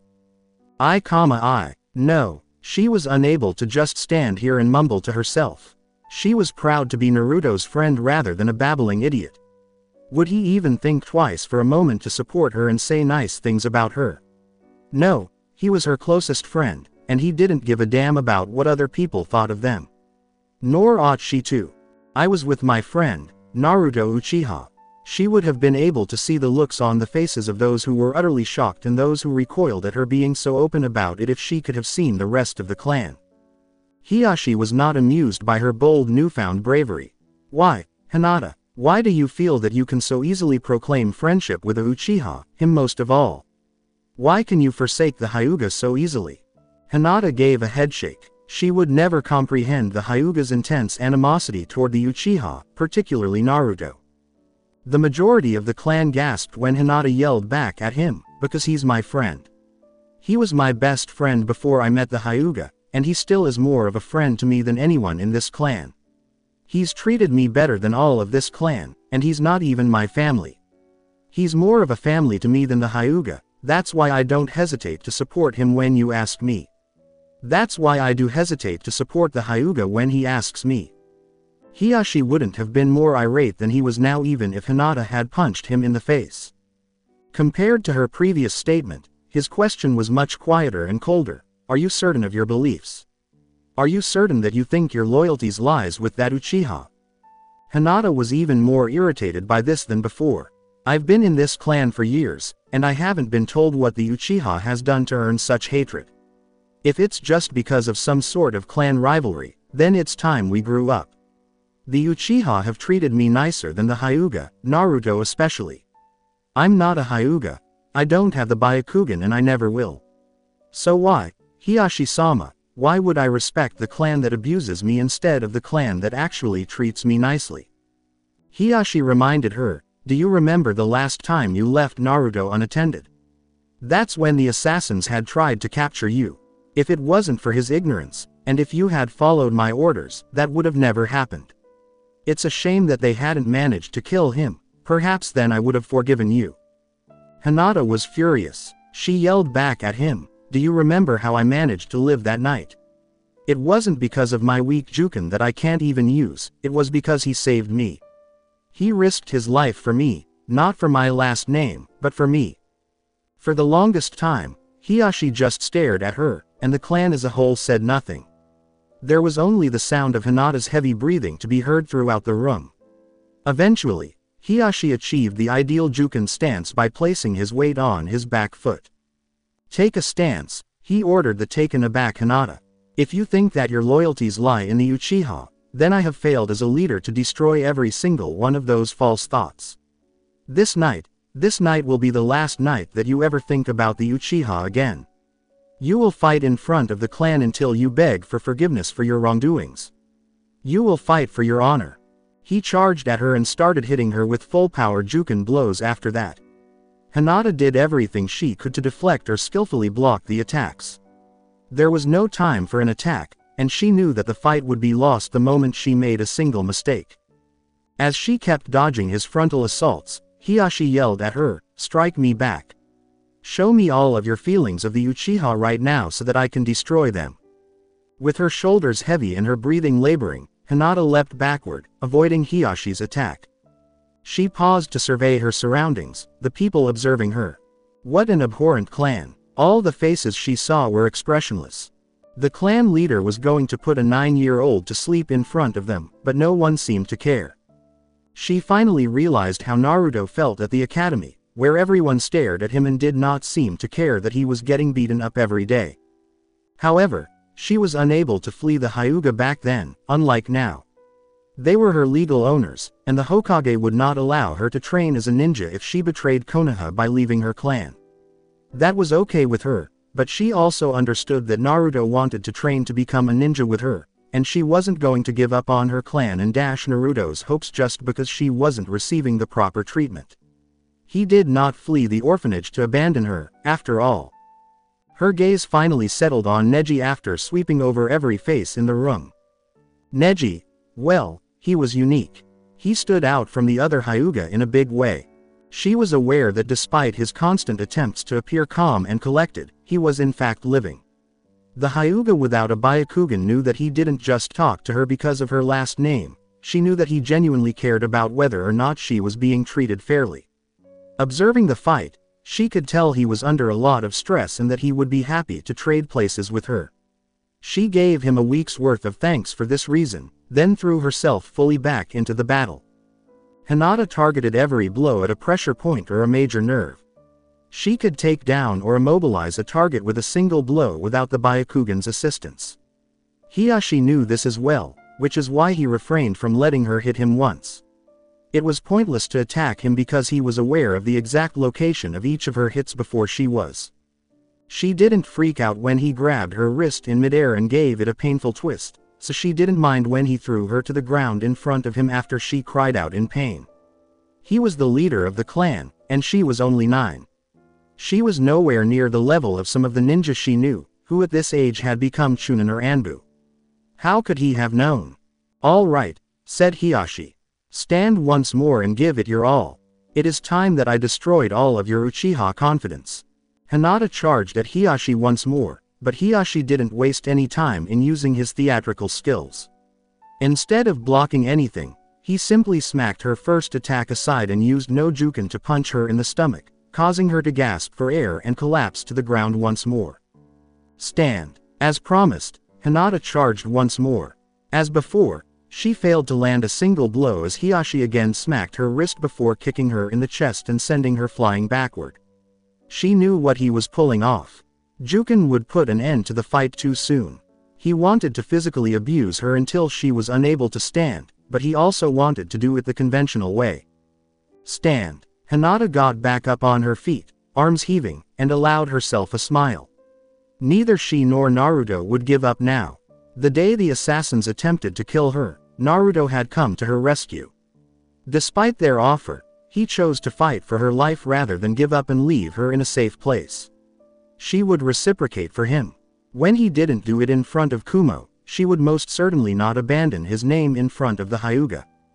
Though meaningless, the battle held significance for Hinata, because she would finally be able to prove to Hiashi and the rest of the clan that she would fight for Naruto until she was knocked out, regardless of the fact that her last name was Senju or Hyuga and Naruto's was Uchiha.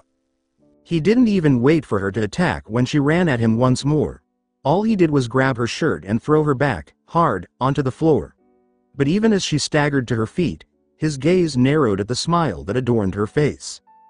Hinata declared aloud for the entire clan to hear, "I know. I know that you are trying to make me beg for forgiveness, you're trying to make me forsake Naruto in front of everyone, but it won't happen. I won't ever beg for forgiveness. Not when I know that being friends with Naruto is the right thing to do." Hiashi gave a headshake. "That's a shame then. It's a shame that you lie to yourself in such a way. There is a limit, and you will reach that limit, the limit that pain will take control of your senses and you will beg. You will beg for my forgiveness. You will fight for your honor. She fell to the ground once more as Hiashi charged forward at her and punched her in the face. Stand. When Hinata attempted to stand again, she was kicked to the ground before she could even straighten up. Stand. Hiashi didn't wait for her this time. Instead, he forced her to stand by grabbing her shirt. She didn't have to stand for long, though, because he punched her in the stomach, sending her flying into the ground. Nevertheless, Hinata continued to smile in spite of everything. Not even the blood that trickled from her lips and down her forehead. She was determined to follow her decision through to the end. Hiashi approached her and shook his head. It's truly a shame that you have finally discovered your inner courage this night. By the time Hiashi reached her, Hinata had already dropped to her knees. He raised his ruthless hand in the air, and she could tell without a Byakugan that it was coated in potent chakra. She gave herself a small smile. She had truly pulled it off. Truly, she had stood up for Naruto all the way to the end, in front of the Hyuga clan. She closed her eyes and waited for the last blow to knock her out. He would be so proud of her. She would show the whole Hyuga that no matter how much they tried to make her despise Naruto, she would never give in with this blow. Smack. To her astonishment, Hinata squinted eyes tightly as she awaited the blow to land. She opened her eyes and looked up in shock to see Neji standing above her, using his hands to block Hiyashi's blow. The shocking look of rage in Hiyashi's eyes was matched by the even more startling look of rage in Neji's eyes for Hinata. He really threw him backwards, away from them both, much to her amazement. Neji was indifferent to the murmurs that the entire clan was making among themselves. He yelled, "Why isn't anyone doing anything about this?" and instantly silenced them all. Am I the only one who is finding it difficult watching this man nearly kill Hinata? Am I the only one with a heart? No. Hiashi, who had recovered from her initial shock, was the center of attention once more. But you are the only one here out of place, and you will be punished for it, severally. This clan has apparently forgotten the punishment of such misbehaviors. Today, I will remind them. As soon as Hiashi raised a seal to his face, everyone in the room understood what it meant. However, before anyone could respond, Hiashi opened his eyes and exclaimed, "You will learn respect, and suffering shall be your teacher. Activate." Neji's ear-piercing scream and loud shout as he held his head in pain caused Hinata's horror-filled eyes to widen, and he fell to the ground instantly. A big glowing red X emerged on his forehead as his hair brushed back from his face. Hinata watched helplessly as Neji screamed, tears streaming from his eyes as she felt them fall down her bloodied face. Amidst Neji's cries, Hiashi exclaimed, "Listen, everyone. This is what happens when you disobey the rules. Learn from his pain. Learn from his pain and..." Smack. Hizashi unexpectedly materialized in front of Hiashi in the middle of the dojo, giving him a forceful backslap that sent him flying into the room's front doors. The clan let out a collective gasp of shock when Neji's screams abruptly stopped upon the deactivation of the curse mark. Hizashi yelled, furious at his brother, who was having trouble standing after being slammed into the wooden doors, "I don't care about the rules. If you ever use the mark on my son in front of me again, I'll kill you." With all of his killer intent directed towards his own brother, who had now succeeded in getting to his feet, Hizashi unleashed a lethal chakra, making the clan members sit in fear. Hiashi murmured, "Such treachery," but everyone in the room could hear him. "I feel ashamed to be a Hyuga today." Hizashi laughed. "As do I. Our clan seems to think so highly of our vision, and yet we are blind to see the enormity of your own ignorance. Do you honestly think that when Hinata forms her own Senju clan again that she'll want anything to do with the Hyuga after all that you've done to her, brother? I wouldn't be surprised if her first act of independence was to ally with the Uchiha, who apparently understand that abusing Hinata won't make her like us. You are a fool, Hizashi, and if our father were alive, he would have spat upon you." Hiashi could take no more of this. "Very well. Today, brother, you have forsaken the Hyuga clan, and I will not allow you to beg for forgiveness. Activate." Hiashi raised his seal once more and activated the mark on his brother's forehead by pouring all of his chakra into it. Similar to how Neji had done before him, Hizashi collapsed to the floor, his anguished cries echoing throughout the whole space. Neji had gotten back up by this point and was surveying his surroundings, wondering why his seal had been disabled. But he dove beside his father and screamed too when he saw him fall to the ground. He yelled, "No," as he saw his own father scream in agony in front of him. "Stop it, please, Hiyashi-sama, stop it. Stop it." Hiyashi kept pumping more chakra into the seal while giving a menacing shake of his head. Hizashi began to scream more and more, but all of a sudden, he stopped screaming altogether and lay on the ground in front of Neji, motionless and silent. Neji looked at his silent father in front of him, his eyes widening with fear. The curse mark remained active, which implied the X that was on Hizashi's forehead vanished in an instant. Neji's eyes welled up with tears, and he shook his head in horror. No, no, no. The image of his deceased brother finally caused all of the resentment and pride that had been building up inside of Hiyashi to momentarily melt away. He had murdered his own sibling. Declaring, "This meeting is over," he stormed out of the meeting hall, taking the entire clan with him. Neji refused to accept the reality as he continued to look in horror at his father's lifeless body. Why? Why was he experiencing this? Why was his father's death necessary? His mother had already passed away. Why? Tears kept trickling from Neji's eyes, landing on his father's lifeless body.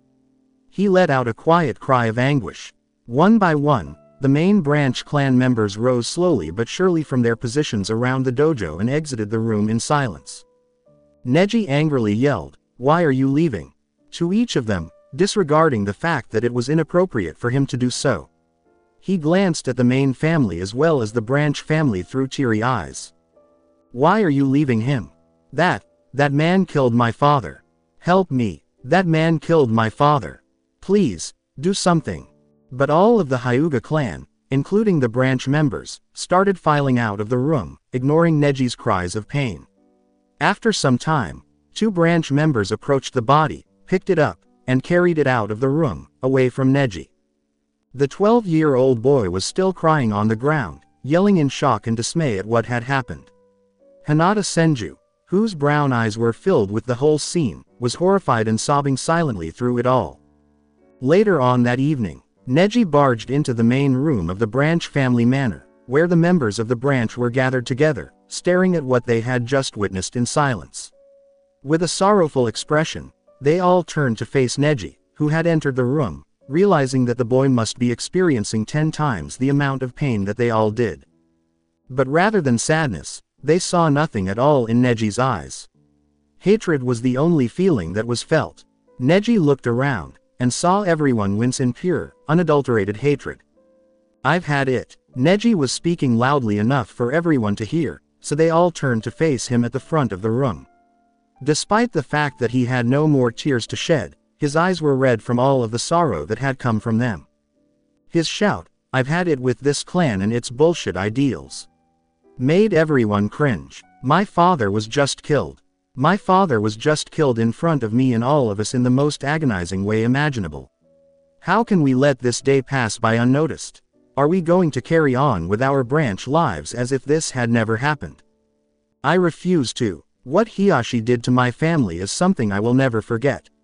I will never forget the hurtful things the main branch did to me." He yelled at everyone. "Neji," one of the older branch members called out to him, "No one will ever forget what happened to Hizashi this night." Neji's voice was loud, and his words were like swords that pierced everyone listening. He was unique to each of us and very close to us. Neji gave a head nod. "All right, because it's time to put an end to this despotism. It's time for our family to stop allowing the deaths of innocent men." "Neji, what do you mean?" another participant inquired, disregarding the young boy's thoughts. Neji grinned, but his smile conveyed nothing but hatred. The Hyuga clan should no longer be divided into 2 families, it's time. The branch family should finally become the only family. Neji's hint caused everyone in the room to gasp in dismay. "That family killed my father. They've had us as slaves for far too long. Who among us doesn't detest the Hyuga clan's methods? Konoha is ashamed of this clan. It's time to give the Hyuga another go. Neji, be mindful of your words. If they hear you talk about such things," yelled a fellow member at him. "That's exactly what I'm saying," Neji answered. "Why must we live in subservience to and fear of the main family? It's not right, so we shouldn't. Come with me. Together, as a branch family, we can bring the Hyuga people peace and destroy the main family. There is no peace in destruction, my boy, one of the more experienced branch members called out to Neji. I know that you are upset about the death of Hizashi, but what you are saying will lead to the death of us all. The branch members exchanged terrified looks as they realized what Neji was talking about. No, it won't. We have more than twice as many ninja as they have, Neji yelled back. Even though they may possess the seal, what would happen if we struck them in the dark? Neji, please settle down. You're just upset about your father's passing, yelled one of the group members at him. Consider what you are saying. I'm saying what I know. Stop being cowards. Neji roared at all of them. They must be destroyed because the main branch is evil. We can't put up with them any longer. Kindly assist me in taking revenge on my father. There was silence as Neji gave each member a hopeful glance, with some avoiding eye contact and others disagreeing with him by shaking their heads back and forth. Please. With his voice barely audible above a whisper, he pleaded, please, help me. I beg of you all, please. Quiet. Not a single branch member defended Neji. Not a single one would stand by his crazy plan to blow up the main branch. It was then that Neji's eyes became permanently filled with hatred, not only for the main family but also for the branch family, and he began to glare down at all of the cowards who had preceded him. Neji realized that he was alone and that no one would help him. Very well, he said, sounding completely different from how he had just a moment before. You, my family. You have all betrayed me. I will never forgive you for having betrayed Hizashi. One day, you'll all look back and wish you had come with me. I promise with my life that the day will arrive. Uchiha Compound. Yo, Naruto. Naruto's eyes rapidly blinked as he awoke from sleep, adjusting to the new light. He sat up in his bed, rubbing his eyes, taking his time in being fully adjusted to waking up. Hurry up, breakfast is almost ready. Naruto yawned as he hopped out of bed, Shisui's voice sounding from the kitchen. He groggily changed into his Uchiha tunic and shorts, preparing for his day ahead of him. Last night had been really fun. He had spent the entire afternoon and evening with Hinata after the academy, doing all sorts of cool things together. They went to his old home in the Hokage Monument, they traveled through the underground water system again, they pulled pranks on different people throughout the village. It was all fun, and Naruto had really enjoyed spending time with his best friend since young. He had noticed that Hinata was becoming more and more distant since they had first met. She used to be just like him. They used to be troublemakers together, ignoring the rules and doing whatever was fun. But for a while, she had begun to slowly become less fun and shyer. Can you stop thinking and hurry up and eat breakfast? The voice in his head asked him, clearly annoyed. Naruto shrugged his shoulders. There was no point in arguing with his inner voice, it was like a separate entity from him. They didn't think alike at all, so sometimes it was even fun talking with the voice. Well, what do you think about Hinata's change in behavior? Naruto asked his voice aloud, while he finished making his bed. The voice surprisingly chuckled. You don't even understand what a change in behavior means yet. You should wait until you see her today. Naruto was confused. Why? He asked aloud again. What's going to be different about her today? Now that he thought about it, Hinata had become more relaxed and confident with him as the day progressed last night. Would she be completely back to her old and fun self again? Now the voice fully laughed at his thoughts.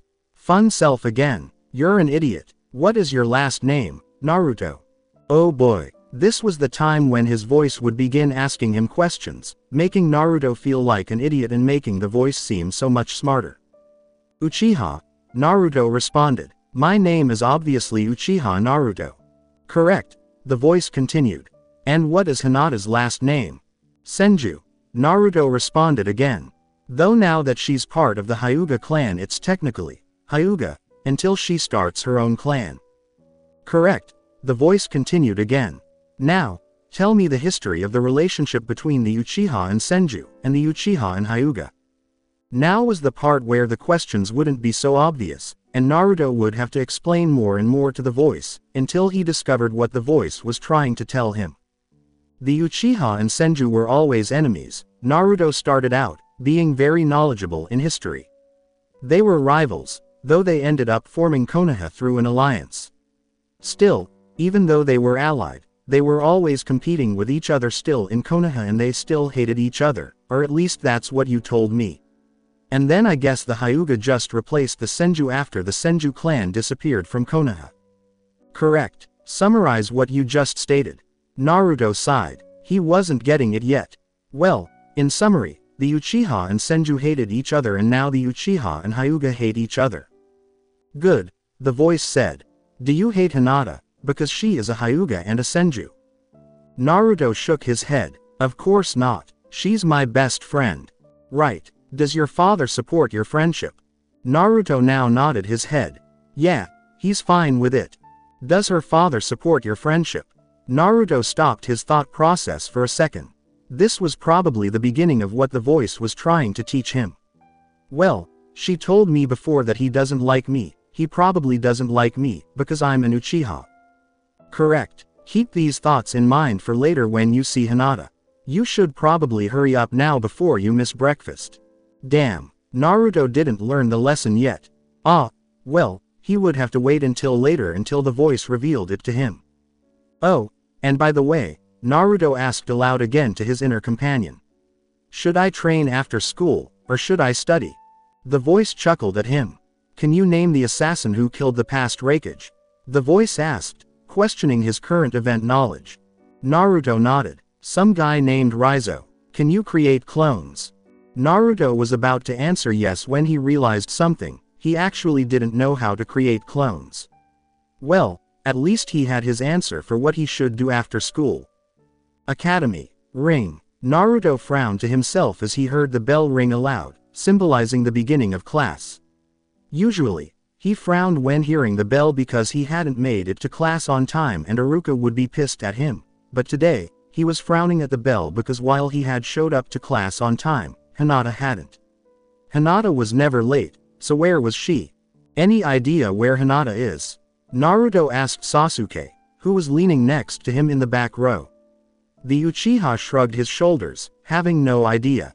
Naruto sighed, wondering where the Senju could be.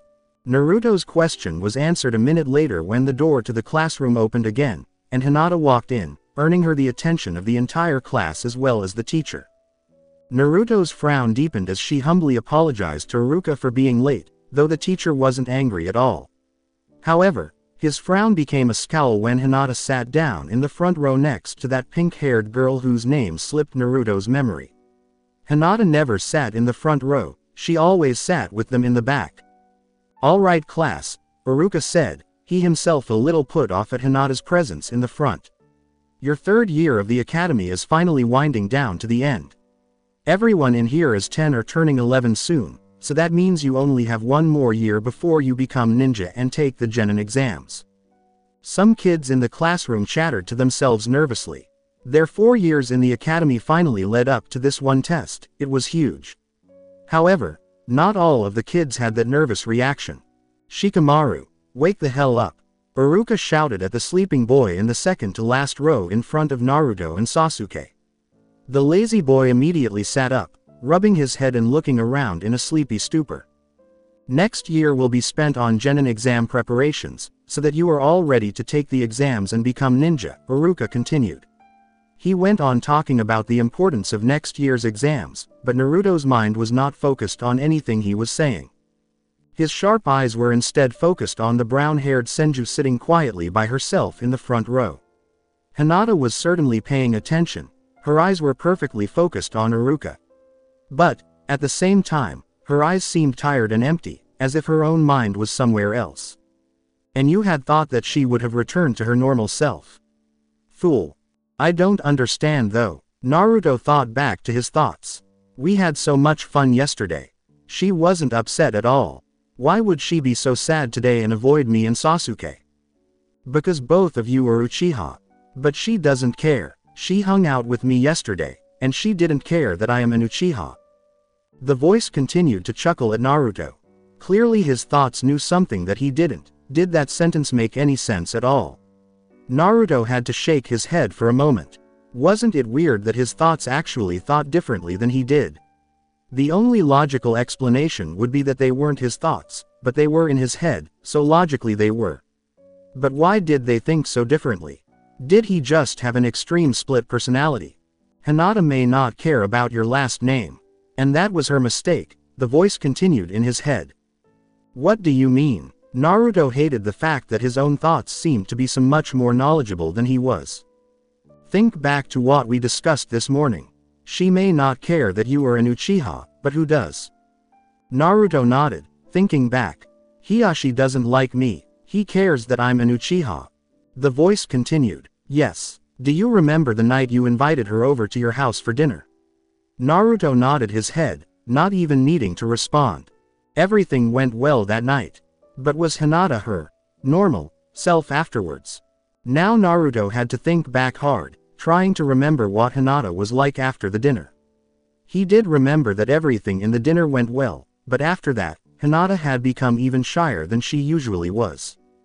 Yes, she became even shyer. Even though everything went well at your house, she became worse.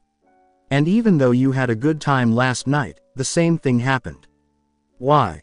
Naruto still didn't have a clue. It just didn't make sense. Hinata had a good time with him, and then she became shy. That made no sense at all. Perhaps it's because you are blaming yourself for her shyness. Perhaps it's not all your fault. I'm wasting my time talking to you, though I don't blame myself. There's not much else to do, for now. I cannot wait until you actually become a ninja and things become much more interesting than whether or not your friend is shy. Naruto recognized by now what was going to happen. He was going to temporarily lose connection with his voice. But he still needed to know why Hinata was like this. Why don't you ask her? Have you ever tried asking her why she's shy? No, he hadn't. Alright, he would ask her during lunch break. He would just have to bear through the lessons until he had an opportunity to talk with Hinata. Later, the academy bell had just rung, signaling that class was over. Naruto was supposed to have met with Hinata during lunch like they usually did, but she was surprisingly nowhere to be found. How had she eluded him? But now that class was over, he could still talk with her, so everything was fine. He quickly glanced to the front row of the class, and to his surprise again, she was gone. Naruto vaulted out of his chair and past his noisy classmates, running to the open door of the classroom. Sticking his head out, he looked left and right, and to his disappointment, she wasn't in sight. Not wasting any more time, he ran through the halls and outside, his last attempt to see if she was there. But she wasn't. She had just disappeared. She had completely avoided him that day, without saying anything. What the hell? What was going on with her? Tough. How about you change diapers and head out to the Uchiha training field and get an early start? Naruto sighed to himself and nodded his head, and began slowly walking back to his house, though his eyes were still watching Hinata. Uchiha compound. You're trying too hard. Today was just not his day. Honestly, why couldn't he create a damn bunshin? And what did the voice mean he was trying too hard? Naruto cursed again as he performed the hand seals and activated the jutsu again, though just like every other time, instead of a perfect clone of himself appearing, a mere ragdoll-like figure slumped to the ground instead. He had nearly perfected the grand fireball jutsu, but he couldn't even produce a clone. Sup, Naruto. Naruto turned his head to the side as Shisui suddenly appeared next to him, smiling as usual. However, the smile somewhat faded when he saw Naruto in a state of distress. What's going on? He asked Naruto, wondering why his little brother was training by himself and swearing at himself. Naruto just sighed and pointed to the hopeless clone next to him, hoping that it would explain everything. Shisui looked at it curiously, not connecting that it was a clone. Did you buy this from the store or something? He asked, not knowing what it was. Naruto scoffed, clearly offended. No, that's my clone. Shisui stared at the clone, and Naruto again. Oh, he looked back and forth between the two once more, before he fell over in a fit of laughter, not to Naruto's surprise. Naruto sighed again and pinched the bridge of his nose while Shisui continued to roar with laughter on the ground, making a fool of himself. I can't create a good bunshin. Naruto shouted over Shisui, sobering him up. I don't know why. Sasuke can already make one easily, and so can people in my class. But I can't. Shisui finally stood up, and when he did, Naruto noticed that his eyes had turned crimson with the 3 black tomos in it. He had activated his Sharingan. Alright, Shisui said, now that he had recovered. Do the jutsu again, and I'll watch your chakra flow and tell you if there's any problem. Naruto nodded, and took a deep breath to calm his nerves. He performed his hand seals once again, and he forced an extra amount of chakra into the seals trying to get the jutsu right in front of his brother. Poof! However, to Naruto's great disappointment, after the annoying cloud of smoke disappeared, a doll like before appeared next to Naruto, falling on top of the first one, clearly showing Shisui that it was even worse than before. Naruto cursed again, and he kicked both of the utterly terrible clones away, causing them to disperse into more smoke, sending him into a coughing fit. All throughout this display of ignorance, Shisui rubbed his chin thoughtfully, thinking about what he had just seen. He was 17 years old now and a full-time Jonin of Konoha for a reason, but he had never seen something like this. Normally, when performing a complex jutsu, the seal would absorb the chakra and transform it into energy, but in Naruto's case, all of the massive amounts of chakra he put into it merely spilled out of the seal, resulting in extreme inefficiency. Hold on, Shisui said to Naruto, who was still gasping for air. I think I may know what your problem is. Let me try something out. Shisui held up a hand lazily to perform the Bunshin jutsu, but instead of the usual chakra he used to make it, he tried pushing an extreme amount of excess chakra into the seal, seeing what would happen. Poof! A large cloud of smoke appeared, and when it faded away, another doll was left in its place, though it poorly resembled Shisui instead. Shisui frowned. He frowned not because that his theory was proven correct because of the pitiful clone in front of him, but because he had actually put a lot of chakra into his seal, and it hadn't turned out as bad as Naruto's had. That meant, you have a shitload of chakra, Shisui commented, throwing Naruto off a little as the clone dispersed. That's why you can't make a good clone. You have too much chakra for such a weak technique, which makes me wonder why you can perform the Kawarimi so well. Naruto ignored the rest of Shisui's sentence as the first part had thrown him off so much. What do you mean I have a lot of chakra? If I have a lot of chakra, how come I can't make a clone? Shisui laughed, patting his brother on the head.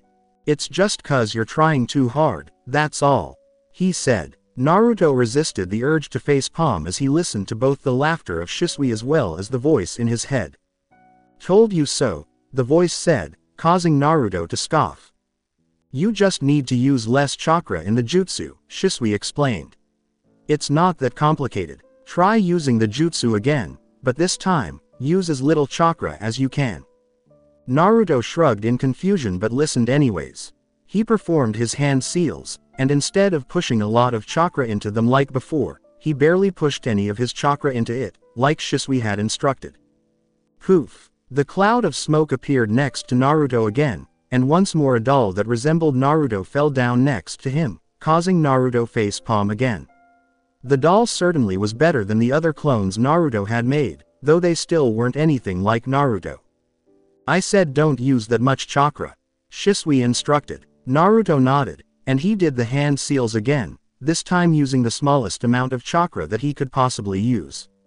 He used so little that he wasn't even sure that the jutsu would activate, but to his surprise, the cloud of smoke appeared once more next to him, and also to his surprise, another doll fell to the ground. Naruto cursed and kicked the doll away, earning himself another cloud of smoke to his face, causing him to start another coughing fit. Shisui, on the other hand, rubbed his chin once more in curiosity, trying to piece together what he just saw. Naruto, like he had instructed, had actually used very little chakra, and Shisui saw this with his Sharingan, but it was still too much for the jutsu. That could only mean... Naruto, I take back what I said before, Shisui commented, causing Naruto to stop coughing and look up at him. Not only do you have boatloads of chakra, but your chakra is pretty frickin' powerful too. Naruto wanted to feel good about the compliment, but he still couldn't create a damn clone. I don't think you'll be able to actually make a regular clone, Shisui commented. And we're lucky we found this out now. I'm pretty sure that making a clone is on the genin exams, and if you couldn't make a clone. Naruto swallowed. All of his plans wouldn't have meant anything if he had taken the exams and not known how to make a clone. I'll talk with Itachi and think up something for you, Shisui continued. Don't worry, if you can't make a regular clone, we'll find something cooler for you to make. I think I already have something in mind. Naruto clapped his hands together in excitement. Cool, go ask Itachi now. Shisui was about to leave when he remembered something. Oh yeah, we can't. Itachi left on some sort of mission yesterday, so I'll have to ask him about it when he comes back. He'll probably be back by tomorrow though. Naruto groaned in annoyance, taking a seat on the grassy ground. Well, can you at least teach me the Shunshin, because we can't learn the Bunshin right now. Shisui rolled his eyes. Naruto always asked him to teach him the Shunshin. Personally, he actually feared what the blonde would do with such a technique. I'll never have to walk again. Naruto exclaimed, stars appearing in his eyes. It'll be like flying. Shisui shook his head and rubbed Naruto's hair, earning himself a growl, which caused him to laugh. Sorry, Otudo, he said, smiling down at Naruto. I told you already, you can't learn the Shunshin until you become a genin. Naruto groaned again, but I'm not like other kids. He exclaimed, my body can handle moving at high speeds. I can kawarimi, and that's basically going as fast. Shisui nodded. That was true. But still, Naruto would have to wait until he became a genin. Kawa no Kuni. The land of rivers, night. This man is criminal and he needs to be put to an end. Oto no Kuni's land of sounds daimyo has paid us to find this ninja and end him. The daimyo reported that the man had stolen a sacred scroll and read the information off of it, and he cannot be left alive. This man was said to be somewhere in the land of river, hiding. Itachi, this mission is important, which is why I am sending you and putting you in charge. Also, the man's wife was said to be a threat as well, as she could have read the scroll. Finish her off as well, as orders from the daimyo. Do not fail this mission. Go. Itachi nodded to himself as he slipped out of the shadows, standing on top of a hill, with a forest behind him. His cold Sharingan eyes were staring down at a small house at the bottom of the hill in a small valley. His sharp eyes could spot out the man's chakra system. He was definitely in the house. It was time for this mission to end. Assemble. Immediately, two shadows appeared next to him. The target has been found, Itachi stated, as protocol. You two stay here outside in case anyone attacks from the outside and I will enter the house and finish the mission. Aburame, do you have me tagged? The man with dark shades nodded. Itachi nodded back. Very well, I'm leaving now. With that, Itachi vanished from sight, preparing to infiltrate the house in front of him.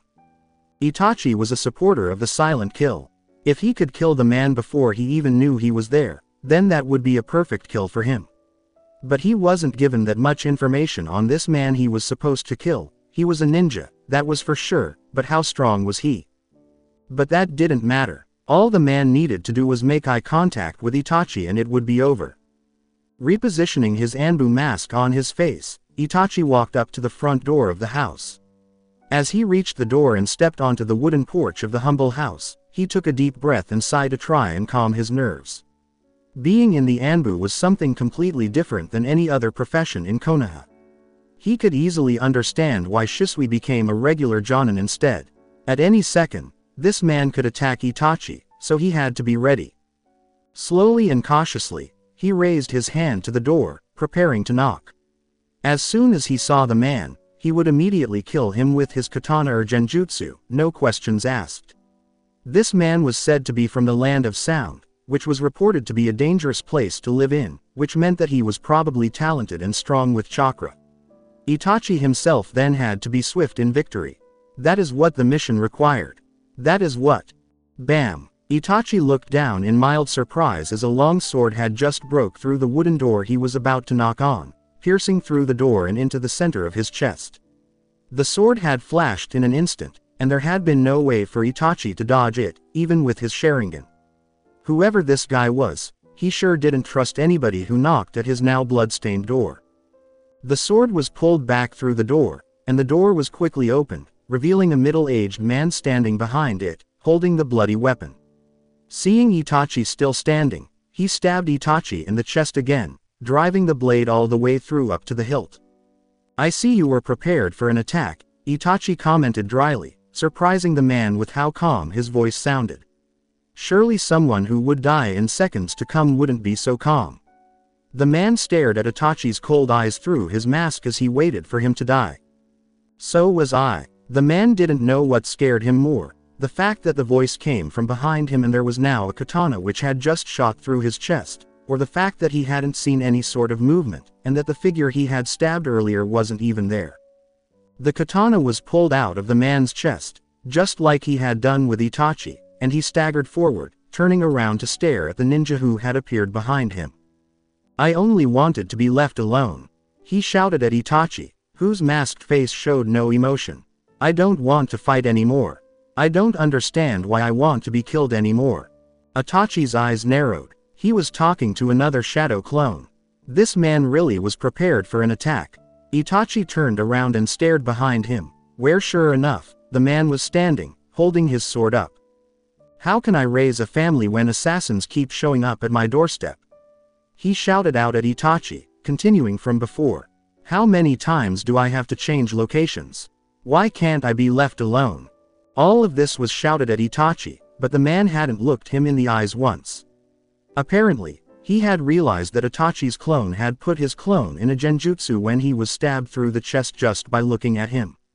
This man was very precautious. He charged at Itachi now, swinging his katana in the closed environment with expertise, making Itachi rely strongly on his Sharingan to read movements in order to keep up. Still, it was going to take much more than Kenjutsu to take down Itachi, who was captain of the Anbu at age 17. Itachi kicked the man back after ducking under a swing, sending him flying into a wall. He then swung his arm, sending a clone running toward the man at a near Shunshin pace, its own katana drawn. The clone thrust the katana forward at the man's neck, though he also ducked, crouching down and stabbing the clone in the chest. Boom! To his great surprise, the clone exploded in front of him, destroying the entire wall, sending him flying back further. Itachi wasn't finished. Flying through hand seals, he shouted out, "Kaden! Hosenka no Jutsu!" Holding his hand to his mouth, Itachi spat out multiple balls of fire at the man who was covered in rubble, destroying more of the house as the fire spread out. The man jumped to the side, now in his own kitchen, avoiding the fire, but looking in anger as part of the wall ignited, allowing the fire to spread quickly. "Ah!" he screamed, throwing several kunai at destructive speeds towards Itachi, who swiped them out of the air with his katana. Itachi then disappeared from sight, reappearing in front of the man, slashing his katana across his chest, causing blood to fly out, and kicking him hard in the chest, sending him once more through the wall. Itachi narrowed his eyes as he began to walk forward, stepping through the large hole in the wall. This was it. It was time to end the mission. It was time to... Daddy! Itachi's eyes momentarily widened as he entered the new room, which was a bedroom. The man had been knocked against the wall, bleeding from his chest. However, there was a little girl, no older than 9, who had run up the man, clinging on to him. He had a daughter. "Daddy!" she shouted again, tears streaming down her face. However, another woman, the man's wife, quickly grabbed the little girl away from the man, running back to the side. "Run!" the man said to his family, holding out his hand to them in pain. "You have to." The man stopped talking as Itachi appeared in front of him, grabbing him by the neck and lifting him up into the air. He choked and tried to release Itachi's grip from him, though it did not work. Itachi held his hand up and threw off his mask, causing it to explode into smoke. Then, with his Sharingan fully revealed, he stared into the fear-filled eyes of his target, preparing to kill him with Genjutsu. "No!" the little girl from before screamed, breaking out of her mother's grasp and running up to Itachi, ignoring her mother's screams. "Let go of my dad!" she screamed again. She began punching Itachi in the side as hard as she could, though with her little arms, it didn't cause any reaction of pain in him besides the turning of his head in annoyance. With a quick slap to the face with his free arm, Itachi sent the girl flying back to her mother. He turned back to look at the man, ready to kill him. "PP please," he choked out, his words barely making any sound. Don't hurt my family. Kill me, but leave them alone." Itachi said nothing, until he replied in a low voice void of any emotion. "Stare into my eyes and it will all be over." The man's fearful eyes couldn't help but connect with Itachi, and he continued struggling in the air.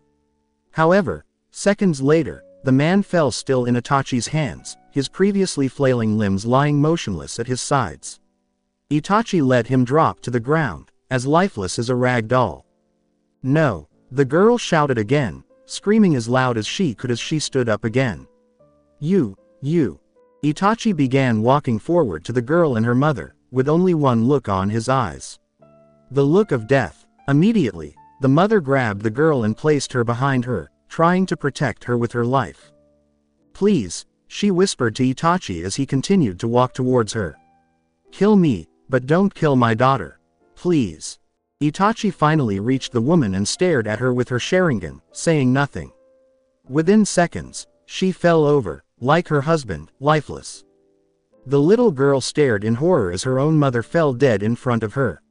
She felt sadness and grief pass over her momentarily, but that was quickly replaced with anger as she turned to look up at the murderer in front of her, not afraid to look into his crimson eyes. Itachi looked at the girl with small curiosity. The girl was definitely around 9, as he had predicted earlier, and she had dark blue hair. Itachi was definitely impressed by her courage. Any normal little girl would be on the ground, either crying for him to spare her or over the death of her parents. But this girl actually looked like she wanted to kill him. Surprisingly enough, the girl ran up to Itachi and began punching him as hard as her little arms could again, though Itachi didn't even flinch. The blows didn't hurt him in the least, but he felt as if he owed the girl that much. He had just killed her parents, the least he could do is allow her to let her anger out on him. After half a minute of the girl giving it her all, she stepped back. While Itachi had thought she was done, she formed a chakra seal. So, this girl knew ninjutsu. Itachi wasn't surprised nor worried. After all, when he was 9, he had already graduated the academy and he was ready to take the Chunin exams. However, when his Sharingan suddenly picked up a chakra element inside of her that he had never seen before. The girl suddenly grew a crystal from her arm, and she charged at Itachi once more. Crystal, was that even a possible element? Itachi didn't take his chances with defending the attack, and he merely smacked her arm aside when she tried to stab him, and he kicked her away from him, her crystal shattering. Satisfied, he turned around, preparing to leave. His mission was done. He had killed who he had to kill. "You're not going to kill me?" she asked in disbelief, looking up at him and assuming the worst. Itachi stopped walking, and suddenly, he appeared in front of the girl. He grabbed her by the front of her shirt and held her up, just like he had with her father. She stared into his eyes, the image of the crimson Sharingan burning into her memory permanently as true fear finally appeared on her face and deep in her dark eyes. However, while she was expecting her death, she was merely dropped back on the ground on her butt painfully as Itachi began to walk away again. Snapping his fingers, his mask appeared in his hands and he put it on his face once more, concealing his identity. "No," he stated as he reached the hole in the wall. "My eyes have seen enough death today. You may live your life as you see fit. Cling on to life, the life that I give you, as you now understand how quickly it can go away, cling on to life and live." With that, he disappeared, leaving the girl alone. The girl's own mask finally broke as she began sobbing, her face in her hands, over the death of her family. Days later, AIM, Raizo and Kimimaro walked next to each other as they walked the streets of AIM. Surprisingly enough, it wasn't raining hard today, which was a rarity, so it was a perfect day to take a walk outside of the Akatsuki Tower. Raizo sighed peacefully and looked up to the sky through his dark shades as they continued walking to their destination, which was some sort of restaurant. He and Kimimaro had pretty much by now become what would be referred to as friends. Most of the Akatsuki members were dark and frightening with destructive pasts, and he wasn't Yahiko, so he didn't feel all that chill around S-ranked killers. But Kimimaro was actually a soft-hearted kid who was only 11. Being so young in Akatsuki naturally made the other members look down on him, but Raizo thought the kid was pretty chill. "Man, this is a good lifestyle," Raizo commented, appreciating AIM as well as the Akatsuki. "We're pretty much royalty in this village, everybody knows us and loves us." Kimimaro nodded, smiling as usual. "Yeah," he responded, "we're famous, and everything's free." Raizo nodded, looking to the side. He swore he saw at least 5 teens running around with a pair of shades that looked identical to his. Akatsuki and its members pretty much had all of AIM as a fan club. It wasn't unusual to see kids and adults cosplaying certain members. He looked on the other side of the street where there were little academy girls whispering frantically and pointing at Kimimaro, as well as boys who wore fake snakes around their necks or masks and spiky hair just like Sasori or Kakuzu. Again he saw a man wearing shades that looked very similar to his making a move on a girl. Raizo and Kimimaro headed over to a dango shop, looking for some lunch. Raizo noticed a sign on the window that had a picture of several cloaked silhouettes with red clouds in front of 2 spiral pattern eyes, the Rinnegan, and above all that it said, "The Dango Shop for Akatsuki." They were bragging about how Akatsuki members ate here. Damn, that was cool. If only she were there to share his joy with him. Just thinking about her made him want to kill the Raikage again. Surprisingly enough, they were correct in saying that it was a popular spot for Akatsuki members. Raizo and Kimimaro headed here all the time, and believe it or not, they could see a robed Akatsuki member sitting at the front bar, drinking by himself. Looking at the kanji on the back of his robe which read 5, both of them knew that it had to be Kakuzu. Ignoring the whispers that began to sound throughout the bar at their entrance, Raizo and Kimimaro walked forward and sat next to Hooded Man. "Sup, Kakuzu," Raizo greeted as he and Kimimaro sat down on both sides of him. "Hey, Kakuzu ni-san," Kimimaro greeted, friendly as usual. The secluded man grunted in his low voice, his mask removed as he lifted the drink to his mouth once again. "So, have you finally accepted that coming to Akatsuki was a good decision?" Raizo asked, a smirk on his face. Kakuzu put his glass down and sighed, rolling his eyes in defeat. "Surprisingly, yes," he responded deeply. "Everything is free, I don't need to spend my money, so I can save all the income we receive from Yahiko. And people actually like us here," Kimimaro added on, finishing the sentence for him. Raizo nodded his head, still trying to get used to that as well.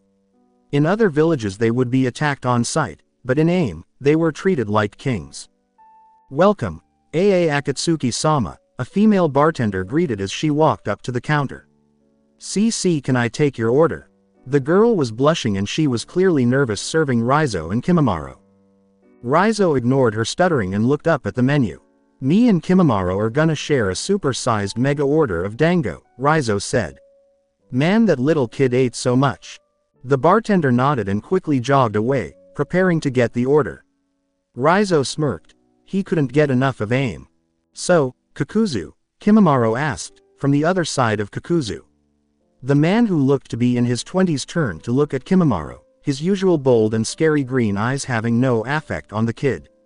He was excited to ask something that he had been wondering for a while now. "Can you really make black threads appear out of your body?" Kakuzu said nothing, but instead, several black threads indeed came out of his Akatsuki robe, grabbing his glass and bringing it up to his mouth for him to drink. Kimimaro was ecstatic. "That's awesome," he stated, making it hard for Kakuzu not to smile. "I can make stuff come out of my body too. Watch." Kimimaro held out his palm and almost immediately, a long bone began protruding from it like a sword. Kakuzu nodded, impressed with the ability. While nobody in Akatsuki really was social or got along all too well, Kimimaro was becoming the mutual friend of everybody. At first they really looked down on him because of his young age, but over time, as Kimimaro revealed his skill on missions, his friendly attitude made him the little brother of Akatsuki. Raizo and Kimimaro were actually friends, but other members were beginning to warm up to the kid. Orochimaru and Sasori were fascinated with his ability and in many instances tried to make him their apprentice. Konan pretty much was his older sister, Yahiko was like a distant older brother, and even Zetsu would talk with him. Eventually, the bartender came rushing back with a gigantic plate with an extreme amount of dango on it. She was definitely walking too fast, and just like Raizo mentally predicted, she fell over herself, throwing the plate up in the air as she tripped. Almost in slow motion, she looked in horror as her food sailed through the air and over to the Akatsuki members, about to hit them and dishonor her forever, when suddenly, they froze in midair. She recovered from her clumsy fall, and sure enough, she stood up to find that the dango were all floating in the air. Slowly but surely, they all floated together again, until they were placed on top of the plate, which floated over into shaking hands once more. She looked over at Raizo, who was holding his hand in the air, manipulating the dango, who was smiling at her. A large blush immediately appeared on her face. She quickly set the dango down in front of them, and ran away, her face as red as the clouds on Raizo's robe. Kimimaro laughed at the scene and Kakuzu knowingly smirked at Raizo, who merely shrugged his shoulders. "Yeah," he said, looking at Kakuzu and Kimimaro, who were both now chuckling at him. "So what? Now let's eat. You can have some too, Kakuzu." Raizo reached out his right hand toward the dango and picked it up. However, just as his hand was about to reach the food, the ring on his finger with the kanji of 3 inscribed on it began glowing. Raizo quickly looked at Kimimaro and Kakuzu, who were both holding up their glowing rings as well. Suddenly, noise appeared in their minds, and a voice that sounded like it was being spoken through an old transceiver sounded through their heads. "Assemble." Raizo mentally cursed to himself. Kuso. And he was just about to eat, too. Akatsuki Tower. Assemble. Yahiko blinked as suddenly the room was instantly filled with people, all robed in Akatsuki outfits. He looked at the rings of each person as well as the kanji on their backs. The highest number ended as 7. Akatsuki, including himself as 0, now had 8 people. He had ninja from Kumo, Kiri, Kusa, Konoha, Taki and Suna. Akatsuki was strong, and because of Akatsuki, so was AIM. While he considered himself the Amekage, and while everyone in the village referred to him as such, AIM technically wasn't one of the 5 great ninja villages, and therefore, he technically wasn't a Kage at all. But that would soon change. As soon as Akatsuki had all of its captains, he would begin to recruit ninja from other smaller villages as well as the main ones to join AIM in Akatsuki. Orochimaru was a perfect example of how he would do this. Because the renegade Sanin had technically previously started his own village in Oto, in the land of sound, he had many ninja under him. Those many ninja would be perfect for Akatsuki. There was a reason why each member was labeled with a number. That number would represent their squad when they began recruiting regular ninja into Akatsuki. After Orochimaru chose his second in command, he would merely chose around 15 people to join his squad, Squad 6. Because Orochimaru was previously in charge of Oto, which had many ninja in it, Yahiko would be able to recruit everyone from Oto into Akatsuki. Each of his taiko, his Akatsuki captain, would recruit 15 of whatever ninja they chose. Then, Yahiko would conquer smaller villages like Kusa, and the village hidden in the snow, and Taki, recruiting all of their ninja into AIM and Akatsuki.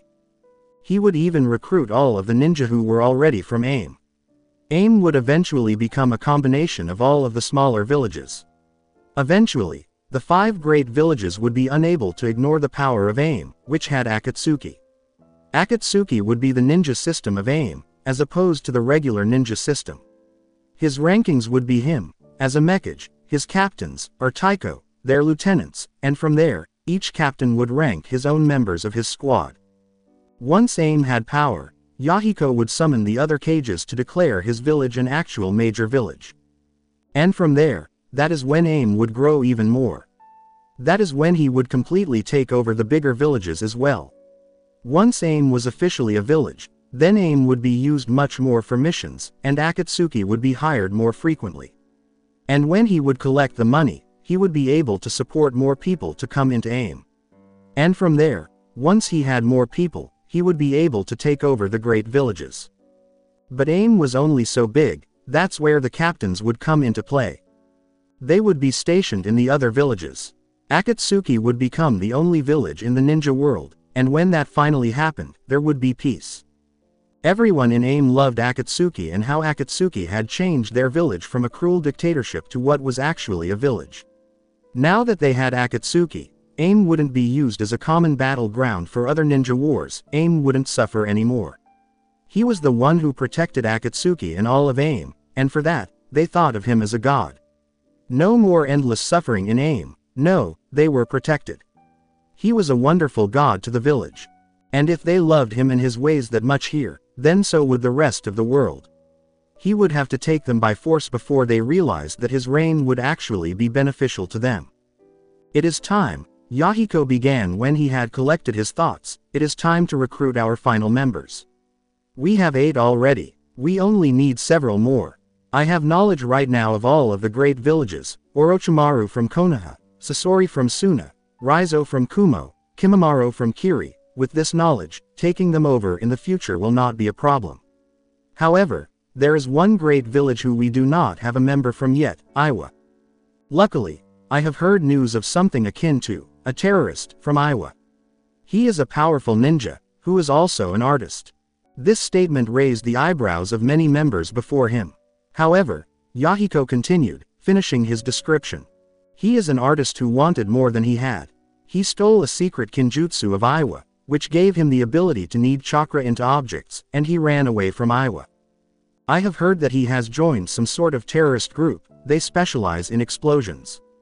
That should not be too hard to track. Zetsu, I want you to lead his pursuit. I want Raizo, Kakuzu, and Sasori to travel with you. While I doubt all of your skills will be needed, this man is destructive, and I don't want him getting a lucky shot. It's a shame we don't have any powerful genjutsu specialist, that would be the easiest way to take someone like him down. No matter, know that he won't go down without a fight. Leave when you are all able. The 4 mentioned members nodded and disappeared from the room in an instant. Konoha, following a week. Naruto felt restless. He was uncertain about a lot of recent things, but he was certain about one thing. Hinata would always find a way to get away from him when he tried to ask her about her behavior change.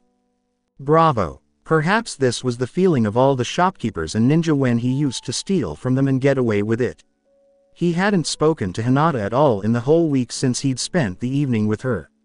Furthermore, Sasuke hadn't been feeling too good lately either, it seemed like his brother was growing apart from him. Now, whenever Sasuke asked Itachi to train with him, Itachi would just poke him in the head rather than doing the actual training. Why were all of them changing? There was a voice in his head that told him why Hinata was shy now, but he wouldn't tell him. How would he ever find out? Who else could know? Neji, Hiashi. Naruto didn't think Hiashi would tell him. Neji needed to be aware. Neji used to hang out in the compound with Hinata all the time. After the conclusion of classes, Hinata had once more escaped Naruto, but what about Neji? Most likely he was still about to leave class. Naruto dashed back through the academy doors and made his way to the 4th-year classrooms. Unaware of the classroom that Neji would be in, Naruto's run abruptly slowed to a walk when he noticed several 4th-year students dash into a classroom in front of him. He entered the room out of curiosity, wondering if Neji might be inside. Naruto had to navigate through a throng of excited children in the crammed room until he eventually arrived at the edge of a ring of children who were all encircled around the room's center. Children were chatting away incoherently about dead last and number 1 rookie during this entire time. Naruto didn't understand what that meant until he had a clear picture of what was happening. His eyes widened in surprise at what he did see.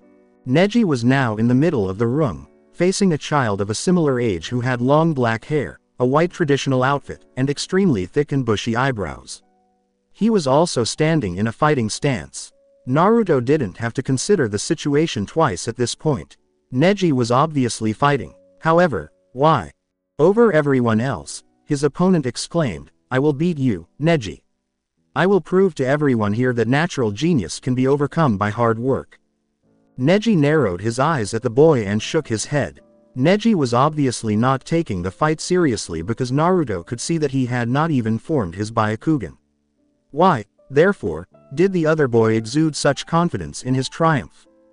"Enough talk," exclaimed the other boy. "Prepare yourself for defeat."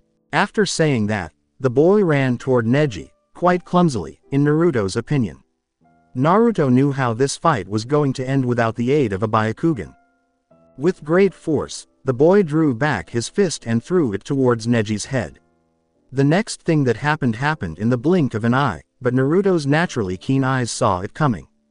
Neji's right hand was now gripping the boy's attacking fist, while his other hand was jabbing the boy's forearm, contrary to what most of the children in attendance had assumed would happen when the attacker launched his attack. The majority of those present were unaware of how or why Neji had suddenly taken hold of the boy's arm or why he was now prodding him. However, having trained with Hinata a little bit, Naruto was aware that the boy would lose the ability to use his forearm. Not only was Naruto impressed by how quickly Neji had seized the boy's arm and launched an attack, but he was also impressed by how Neji had obviously hit a major chakra point without requiring the use of the Byakugan. With a rip, the boy withdrew his hand from Neji's grasp and held it carefully in his other arm, wondering why it hurt so much. Neji teased, "Is that all you got?" That was nothing like Neji. That was definitely not how Neji was nice, or at least Naruto remembered him being. "What's wrong? Attack again." Enraged by Neji's remarks, the boy disregarded his hurting arm and attacked Neji again. On this occasion, though, Neji did make a move, and his own arm abruptly shot forward like a bullet as soon as the boy approached him and pulled back for a punch. His two joined fingers finally made contact with the arm's shoulder that the boy had drawn back. Lee flinched in agony and fell back again. The majority of the audience was perplexed as to why Neji was jabbing Lee rather than punching him and why Lee appeared to be so wounded as a result. On the other hand, Naruto was curious as to when Neji would put an end to the fighting. The other boy was unable to move his arm at all, proving that he was clearly more skilled and had already won the fight. Neji said sourly, "I now regret winning Rookie of the Year.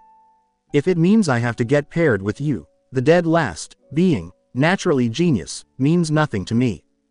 The boy was clearly enraged by this. Disregarding the fact that his right arm was immobile, he lunged forward at Neji with even greater vigor than before. But Neji appeared as eager to end the fight as the boy was. With blinding speed, Neji actually charged forward and intercepted Lee before he could reach him. Neji had jabbed Lee in the stomach more than 10 times before he could even react. Neji let out a long breath and straightened up, studying his own work. His opponent could not move, he was stuck in place. Neji simply gave the boy a forehead push, sending him sprawling to the ground, then turned and left. The audience burst into cheers, but Neji's frown only got wider. Naruto had had enough by now. He pushed his way through the children's circle and stood in front of Neji. Naruto inquired, "What's going on, Neji?" Despite finding it difficult to hear over the commotion of voices. "Why did you hurt that kid so badly?" He was shocked to see that Neji ignored him completely and kept moving forward, blending into the throng. Naruto cursed. What the devil was going on with everyone's sudden change in personality? Outside, when Neji pursued him outside the academy and along the path that led to the village streets, Naruto eventually caught up with him. Naruto ran up to him and waved his hand, calling out, "Neji. Neji, hold on." Thankfully, Neji did turn around and recognize Naruto this time. Naruto, though, almost wished he hadn't. Neji's expression of pure hatred was all that was needed to stop Naruto in his tracks and make him want to move away. Still, he forced himself to swallow and said what he had come to say. "Neji, I need to talk to you about Hinata," Naruto stated. Neji's expression darkened as soon as the girl was mentioned. "It would be wise for you to never talk to Hinata, or me, again, Naruto. The Hyuga is not your business, you have only been misery for my life as well as hers. She would truly benefit if you left her alone." It shocked Naruto. What do you mean?" Neji simply turned around and started to leave without answering. As he turned to leave, Naruto just stared, bewildered and silent. Neji appeared eerily as leaves from the surrounding trees fell, filling the air. The voice inside his head finally said, "I suggest you leave him alone. He's still stronger than you." Naruto gave a headshake. He was too tenacious. All he wanted to do was talk to Neji about Hinata, not fight him. Naruto moved ahead, catching up with Neji. What followed was barely more than a flash as he extended his hand to grasp Neji's shoulder. Neji was completely turned around in an instant, and his palm had made contact with Naruto's chest. With a sudden vault backwards, sending him flying through the air and landing on the ground, Naruto let out a breath. Neji angrily yelled, "I told you to stay away," as Naruto stumbled to his feet. With a laugh, Naruto stood up straight and gave Neji a long, hard look. "Now that I truly need to know what's happening," Naruto said, focusing his gaze on Neji. He couldn't figure out why Neji was acting differently right now. Because Hinata is shy, and now you're an asshole. Neji had enough self-control. By now he was furious. He sprinted toward Naruto without thinking twice, hitting him in the stomach with a palm strike that hurt more than Naruto could have ever hoped to avoid. After being propelled back into the air, Naruto burst into a burst of leaves. With a startled expression on his face, Neji spun around to see that Naruto was standing there unharmed. Naruto said, "I don't want to fight you," before Neji could counterattack. "I just want your help." Neji gave Naruto a chilly smile, obviously finding that amusing. He asked, "My help? Why would I help you, someone who ruined my life?" Naruto was shocked. How had he destroyed Neji's life, really? His voice became hysterical as he asked, "You couldn't have just let her go home, could you? No, you had to be selfish and play with Hinata. You couldn't have just listened to her and let her go home. No, you had to take advantage of how she thinks of you and convince her to do what you want." Right now, Naruto's mind was processing information quicker than a shunshin. How could that have been Neji's intention? What impact did Neji's time with Hinata have on him? Neji didn't accompany them at all. That can only imply. At last, it became clear. Because of what Naruto had truly done with Hinata, and presumably as a result of what transpired after he spent time with Hinata, Hinata wasn't shy, and Neji wasn't upset. What were the repercussions of playing with Hinata, exactly? They were apparently sufficient to make Neji feel enraged enough to attack him, and to make Hinata shy. He needed to be aware. "Neji," the character inquired, "what happened in the Hyuga clan the night Hinata spent time with me?" After giving the inquiry considerable thought, Neji's eyes narrowed with evident hatred for Naruto after briefly widening. The fact that veins started to appear beside his eyes didn't help either. Neji was obviously not done with the fight. First, Neji exclaimed, "Ah, so now you finally care what happens after you have fun. Well, it's too late. You've already caused the damage." Once more, Neji lunged towards Naruto, who had assumed a defensive posture. He was immediately warned by the voice in his head to, "Don't block his attacks. He doesn't fight like Hinata, he doesn't just aim for pressure points, he can hit any chakra points. Even if you block him, he'll end up hitting a chakra point. And don't attack him unless you are positive you can land a hit. If he blocks you, then he'll hit a chakra point as well." That was some powerful taijutsu, man. Both of you are unable to stop their attacks and you are unable to stop theirs. Juken is the purest and strongest form of taijutsu. It's what made the Hyuga such a powerful clan, as strong as the Senju and Uchiha. The Uchiha clan was always the strongest in Genjutsu, the Senju were always the strongest in Ninjutsu, and when the Hyuga clan grew in Konoha, they quickly became the strongest in taijutsu. Naruto nodded appreciatively as Neji drew closer, despite the fact that the voice was more knowledgeable than he was about Juken and the clan's past. Naruto could already see the change in the boy's attacks as soon as he was within range. Neji was using his fingers, just like he did in the fight with the child with the bushy hair, instead of hitting him with palm strikes. As the Hyuga kept attacking Naruto, he started to sidestep Neji's blows after hearing the voice. That was easier said than done, as Naruto's eyes were straining to keep up with Neji's fast and accurate strikes. "Quick, prepare a kawarimi." Without pausing to consider, Naruto connected his chakra with the falling leaves behind Neji and instantly executed a seal-less kawarimi. Replacement accomplished. Neji suddenly doubled his speed, outpacing Naruto's defensive abilities in no time. Hits started to fall here and there until, at some point, Naruto grew slower and was unable to avoid any of them. After Neji's strikes all connected and he started methodically depleting Naruto's chakra points, all of a sudden. Poof! When Naruto burst into a cloud of smoke, all that was left of him were falling leaves. With a start, Neji's eyes grew wide, and his Byakugan identified Naruto standing behind him, getting ready to kick. Neji did a backflip in the air and didn't even need to turn to see Naruto. Naruto's foot entered the space where Neji had been a moment ago when he launched himself into the air. Neji dodged Naruto's attack by flipping above him, and the latter cursed. With a swift thought, Naruto drew back his foot, took a kunai from his pouch, and threw it fiercely at Neji, who had just started to land. Neji had only recently stood up, but he was quick enough to turn his head away and dodge the kunai.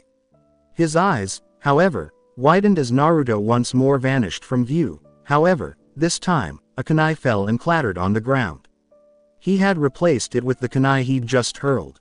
Neji turned around, shielding himself by putting his hands up to his chest, knowing exactly where Naruto was.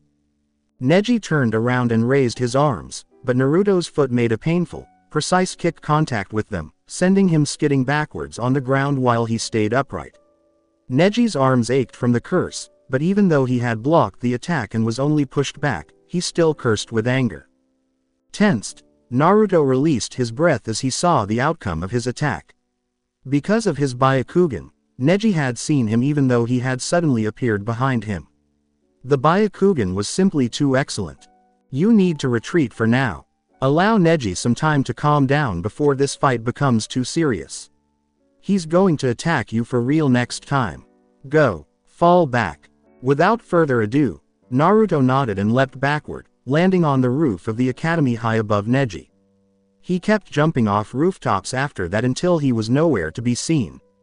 Neji swore inwardly. Bravo! Naruto managed to escape. Even though he knew there was no real justification for their fight, he felt that it was a good way to vent his resentment on someone else. His Byakugan suddenly faded, and he turned to face the academy entrance, where the whole student body from both Naruto's year and the previous one was standing and observing the fight with wide eyes. The majority of the children cheered, but Neji became even more agitated. They were ignorant of his suffering. The children whispered to each other about the brief altercation they had just witnessed. Some of the older kids would ask the younger ones, "Who is that blonde kid? Is he your year's best?" To which they would, surprisingly, reply, "No, he's our dead last." Amidst all of the commotion, nobody noticed when Neji vanished from view. The following day, the academy in the afternoon. Ring. When the academy bell rang, alerting the students to lunchtime, Sasuke scowled to himself. Sasuke used to go to lunch with Naruto and the guys, but lately, it seemed like Naruto was changing too, just like everyone else. Rather than being his typical humorous self and speaking aloud, he was reflecting to himself more frequently. Besides, all he would be thinking about would be the fact that Hinata was going through a shy phase. However, he wasn't the only one to observe a shift in Naruto's personality. All morning long, students in the room talked about an alleged incident from yesterday in which Naruto battled against Neji, the top rookie for the following year. Other students in his class were taken aback that Naruto wasn't as much of a loser as his grades suggested, even though he wasn't shocked that the youngster could compete with the best of the higher class. He let out a sigh upon realizing that Hinata and Naruto had vanished from view, with the latter likely pursuing the former. He missed the customary chemistry between his two best friends, but he didn't mind having lunch with his other friends. Rising to his feet, Sasuke and the other children left the classroom and made their way to the lunchroom. He always brought his own lunch, even though 3rd and 4th year students could choose to eat at home. In this manner, he could. Sasuke was distracted from his thoughts when he saw a girl approaching him from behind. He turned to face the girl with the pink hair who was nervously following him and recognized her. He could tell she had to hold back a scream when they made eye contact, but instead of turning away, she kept approaching him. She muttered, "Hey, Sasuke," to him as soon as she was facing him. Sasuke rolled his eyes in frustration. He didn't want another awkward girl approaching him. He'd had enough of this shy girl thing with Hinata. He said, "Hey Sakura," attempting to avoid being cruel to her. He understood that Sakura wasn't particularly well liked by the girls, and that Ino was the leader of the group. They teased Sakura about her forehead, even though it wasn't particularly large. It wasn't as if Sasuke gave a damn. Just as he was about to turn and head for lunch, she unexpectedly carried on their conversation. Sasuke," she stammered once more, making him snort angrily. He waited for her to go on, but she just stared silently for a while at the ground in front of them for no apparent reason. What an odd girl. He was about to walk away again when she finally said something, looking directly into his eyes. She said softly but without stutter, "Can I have lunch with you today?" Sasuke's eyes widened at this, taken aback by the normally bashful pink-haired girl's sudden boldness. For a brief moment, he considered her request. Typically, only Hinata was allowed to join him at the guy's table. Ultimately, she was presumably the only student in the class who wasn't overly enamored with him. Furthermore, the other guys only agreed to sit with her, out of all the girls. However, Naruto was on the hunt for Hinata after she vanished. Why not have someone else take his place and occupy their seat for a bit? Most likely, the other guys wouldn't mind. Seeing as Sasuke turned around and shrugged at her, he was unable to see the sadness fade from her face. Still, he was unable to witness it transform into inquisitiveness as he gestured with his hand, saying, "Sure, why not?" Sakura's expression brightened with happiness as she hurried to trail behind Sasuke to the lunchroom, prepared to take a seat at the man's table. "Somewhere else. Sorry, I can't. Maybe some other time." Shisui left the Uchiha compound, sighed once more as Itachi's words echoed in his mind. This was just one of many occasions in the recent past that Itachi, his best friend, had turned down his invitation to hang out. He and Itachi used to be inseparable, but ever since Shisui departed the Anbu and Itachi assumed the position of head captain, Itachi has been growing increasingly estranged from everyone and everything. The reason was obvious.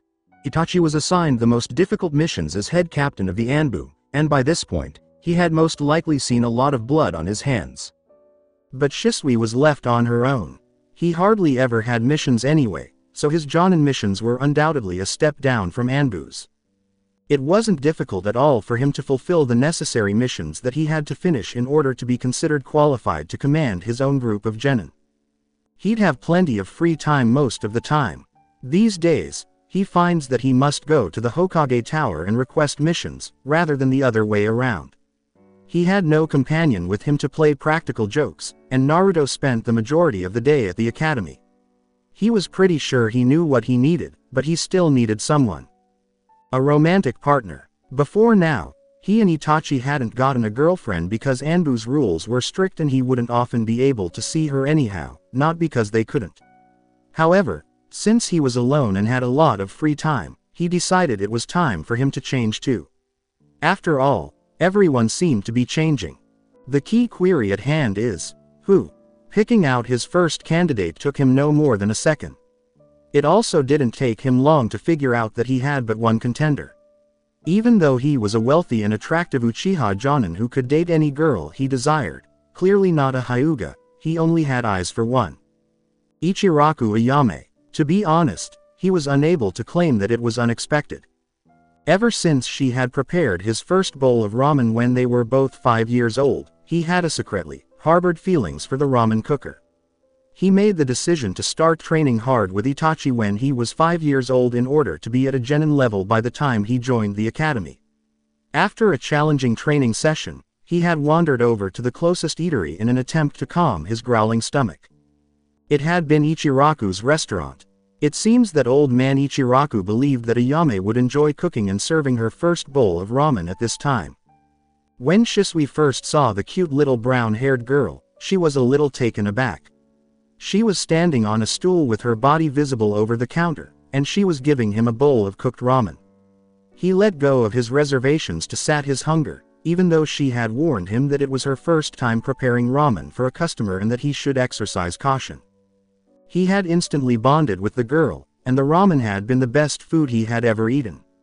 After that one accidental meeting, he saw her almost every day and they became friends. Her adorable appearance, kind demeanor, and ability to prepare his favorite meal to his exact specifications made him fall in love with her right away. After training, she would constantly be concerned about his bruises and would always pay attention to his dreams and stories. Still, it was time to take action. What could be the harm in trying? He didn't know if she liked him back. To spend time with her, he would simply approach her and ask her out. However, he had to smack his head when he realized that his first thought was Ichiraku's. But where would he take her? She was employed by Ichiraku's. On a date, why would she want to eat there? In any case, they dined there together. Shisui's mind was racing so much as he made his way to the ramen bar that he nearly missed the blonde speedball heading straight for him. He called out to his brother, who seemed to be lost in thought just as much as he was. "Yo, Naruto." After being shocked out of his own delusions, Naruto stopped running and turned to face his brother, looking defeated. Shisui asked, "What's going on?" To him, "Why were you running?" With a sigh, Naruto's shoulders dropped once more. Shisui saw Naruto's dejected expression and knew what the man was doing without even needing an answer. Shisui spoke up for himself, asking, "Is this about Hinata again?" To him, Naruto's nod was merely confirmation. "Just forget about it for now. You'll get a chance to talk to her eventually. Are you guys on lunch break now?" Again, Naruto nodded. "Yeah, I was trying to find her, but I lost her." Shisui went on, "I told you to just forget about it for now." After giving it some thought, he motioned for Naruto to approach him. "Come on, Naruto, come with me. I was about to stop for lunch anyway." For a moment, Naruto's eyes brightened. He didn't need to ask to know where Shisui was going. He asked, "Ichiraku's, just to be sure." Shisui nodded, though he didn't usually smile this much. "Yep, and that's not all. After we eat there, I'm going to ask Ayame out on a date." Naruto said, "Cool." Naruto smiled at Shisui's radiant face, but eventually the blonde Uchiha scowled in perplexity.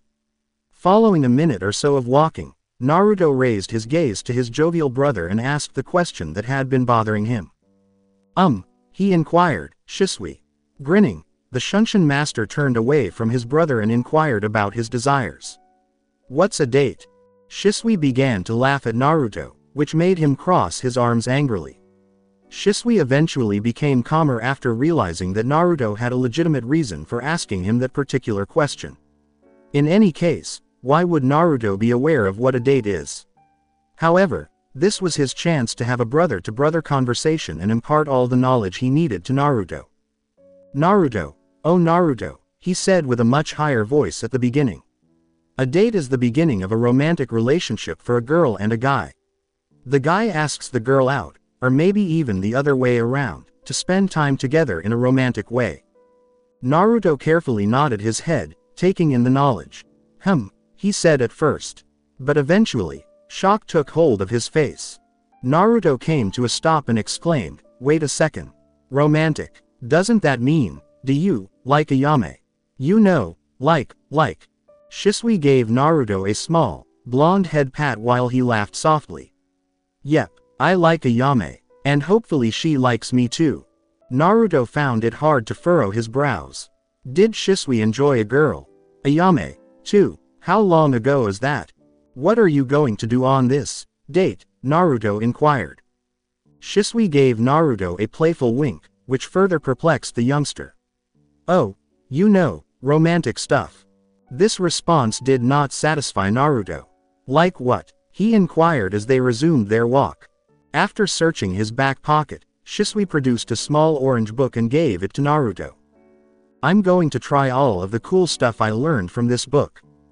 Naruto picked up the book and carefully studied its front and back, treating it like a treasure trove of knowledge.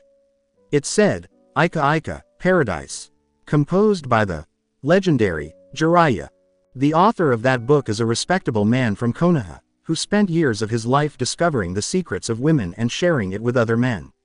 Said Shisui, "That guy is my hero. If you want to learn more about women and how to treat them, you should read through that book sometime. I think you're old enough. Maybe you'll learn a thing or two about Hinata."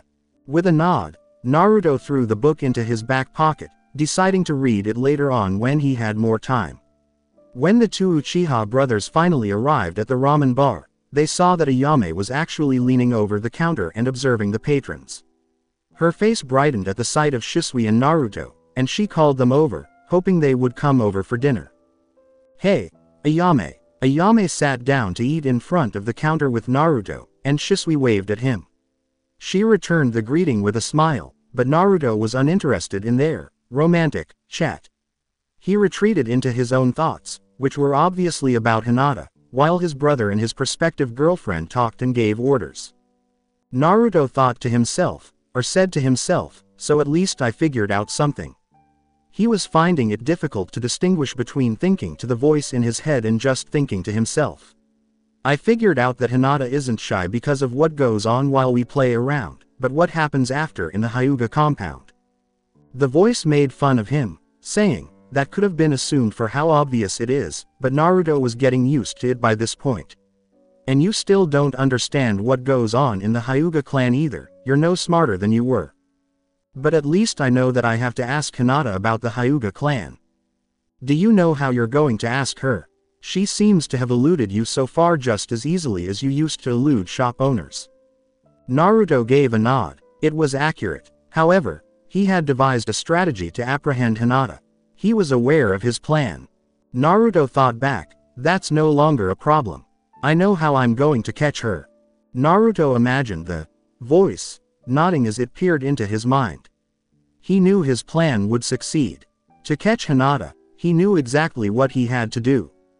That plan is not half bad, the voice replied to Naruto. Naruto finds it a little unsettling that the voice could read his thoughts without him having to think. But you can still figure out on your own what is wrong with the Hyuga clan, without the help of Hinata. Naruto was perplexed. How was he meant to know? What do you mean? Hiashi was likely trying to get Hinata to avoid him and keep quiet in class, or there was probably something else going on. You already know that Hinata becomes shy because of the Hyuga clan, think carefully. Why is this? That was a part that Naruto had not really considered before. After all, he was going to question Hinata about what had transpired in the Hyuga clan. Why would Hinata turn bashful the following day? Ayame brought 2 bowls of ramen and set one in front of Naruto while she carried on speaking with Shisui, while he was thinking to himself. With the bowl firmly in his hands, Naruto's thoughts shifted from the food to the Hyuga clan. Let me help you. Perfect scenes and memories of his past suddenly filled Naruto's mind, shocking him with their clarity and vibrancy. The clarity of these memories was almost like watching them on a movie screen. He saw images of when he first met Hinata, her smiling face, her offering her friendship to him. The awful memory of Hiashi snatching Hinata and dragging her out of the orphanage flashed through his mind. Then, the voices in his memory jumped between those of Hinata, Hiashi, and his own thoughts. I don't care. Hiashi waved his hand icily to break up the conversation. Get that monstrosity out of my sight. Today is a monumental day for my clan and I don't want it to be ruined by this abomination. Then his thoughts flashed back to the day he had next seen Hinata, standing atop a roof close to the orphanage. She exclaimed, keeping her voice low in case anyone heard, I escaped from my clan for the day. I came over here to see you. Then he suddenly thought of later that day. He held up her arm to look at it and said, they aren't training you too hard, are they? Hey, wait a second, what's this? When he looked closely, he could clearly see a small bruise mark on her arm. Withdrawing her arm, she exclaimed, oh this. It's nothing. And no, my training is going just fine. Then, he suddenly remembered pulling a practical joke on Hiashi using Sasuke. Hiashi sauntered over to them, you two are in for a world of hurt. And took a slow step forward. The moment Naruto and Sasuke sensed the man's pure intent to kill, they stopped laughing. Hiashi's memories suddenly leapt to the moment he had seen Hinata at the academy, indicating that he had truly harbored murderous intent. Sasuke remarked, I wonder who that girl is, taking note of the girl standing next to Hiashi. Or maybe I don't want to know. If she's related to Hiashi, then she's probably as big as a prick as he is. He was then taken back in time to the moment he had questioned Hinata about Hiashi. I still do. I just can't. Hiashi-sama wants me home early, so we can train a little. Anyo, I don't think he would appreciate if I just left without telling him. It's just, I don't think Hiashi-sama would like for you, first too. No, he really doesn't like Uchiha, or, why you. After all these cues, his memories finally transported him back to the earlier altercation with Neji. He asked, my help. Why would I help you, someone who ruined my life? His voice became hysterical as he asked, you couldn't have just let her go home, could you? No, you had to be selfish and play with Hinata. You couldn't have just listened to her and let her go home. No, you had to take advantage of how she thinks of you and convince her to do what you want. Ah, so now you finally care what happens after you have fun. All of these clues pointed to a single, conclusive result. When Naruto's mind was abruptly snapped out of his memories, he gasped. He wasted all of his ramen by spilling it all over the floor, as he saw when he looked down. Ayame removed the bowl and was about to give Naruto another one, but something was wrong with him. The Hyuga clan. Hiashi was a bastard, and Neji was now one too. She claimed to have run away from her clan, and the bruise on her arm could only have come from training there. Hiashi had a very short fuse, and she had been terrified to play with him or listen to him. Hiashi detested the Uchiha, so he would be angry if Hinata spent time with him. Even Neji was impacted by what had happened that evening. Naruto looked down at the ground beneath him and could only come to one conclusion. More than spilled ramen, the Hyuga clan is a terrible family. Much more. Hyuga compound. Towards evening. As Hinata shut her room door, she inhaled sharply, filled with anxiety. Without any delay, she collapsed against the door and hit the ground, landing with her hands on her head. For her, everything seemed to be going south. She would much rather return to the harsh training she had previously given Hiashi than the current situation. Hiashi would no longer even look at her without harboring animosity. Since then, neither Hiashi nor Neji had spoken to her. Nobody would talk to her unless it was absolutely necessary. In the Hyuga compound, there was utter silence and not a trace of happiness. She was solely to blame for it. She was entirely to blame. The death of Neji's father was her fault. It was wrong of her to confront Hiashi in that way. All she had to do was offer an apology for what she had done. Why did she have to be that foolish? Never again. She would never act in such a way again. What did courage and bravery even mean to her if the outcome was so horrible? She would be happy to never again exhibit bravery and courage. She couldn't help it. Whenever a brave thought occurred to her, she was transported back to the moment when her bravery resulted in a dead Hisashi and a screaming Neji. She would never again be brave. Silence was the prudent course of action, since at least she wouldn't suffer any worse consequences. The agony of hearing Hisashi and Neji's cries inside her head was too much for her to handle. She was tired of having nightmares. She detested avoiding Naruto, but it was unavoidably necessary. A smile would almost always appear on her face when she saw him, but then she would always be reminded of Hisashi's screams.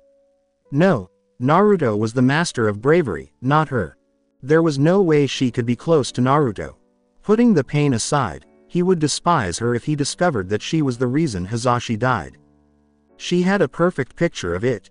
Naruto would ask her what had happened, and she would explain that it was because she had defended herself. At that point, he would be angry with her. He would yell at her for failing to warn him of the dire consequences of disobeying Hiashi. She ought to have warned him, in the first place, that it would be disastrous to play with him and abandon Hiashi, and secondly, he would detest her for eternity if he inquired as to why she hadn't apologized and she replied that she was considering what he would do in her place. He would assure her that if it had meant Hisashi's death and Neji's suffering, he would not have done that. She couldn't take that chance. It simply wasn't worth living if Naruto despised her. Although it sounded a bit obsessive, she was unable to stop herself. Ever since they were placed in the orphanage, she and Naruto had been the closest of friends. He was there to support her when the Hyuga's frigid life struck. The old Hyuga clan appeared happy and wonderful in contrast to the new atmosphere, which had previously made her think of the Hyuga clan as cold. Really, all she had was Naruto. However, she could not jeopardize his discovery that she had murdered Hisashi.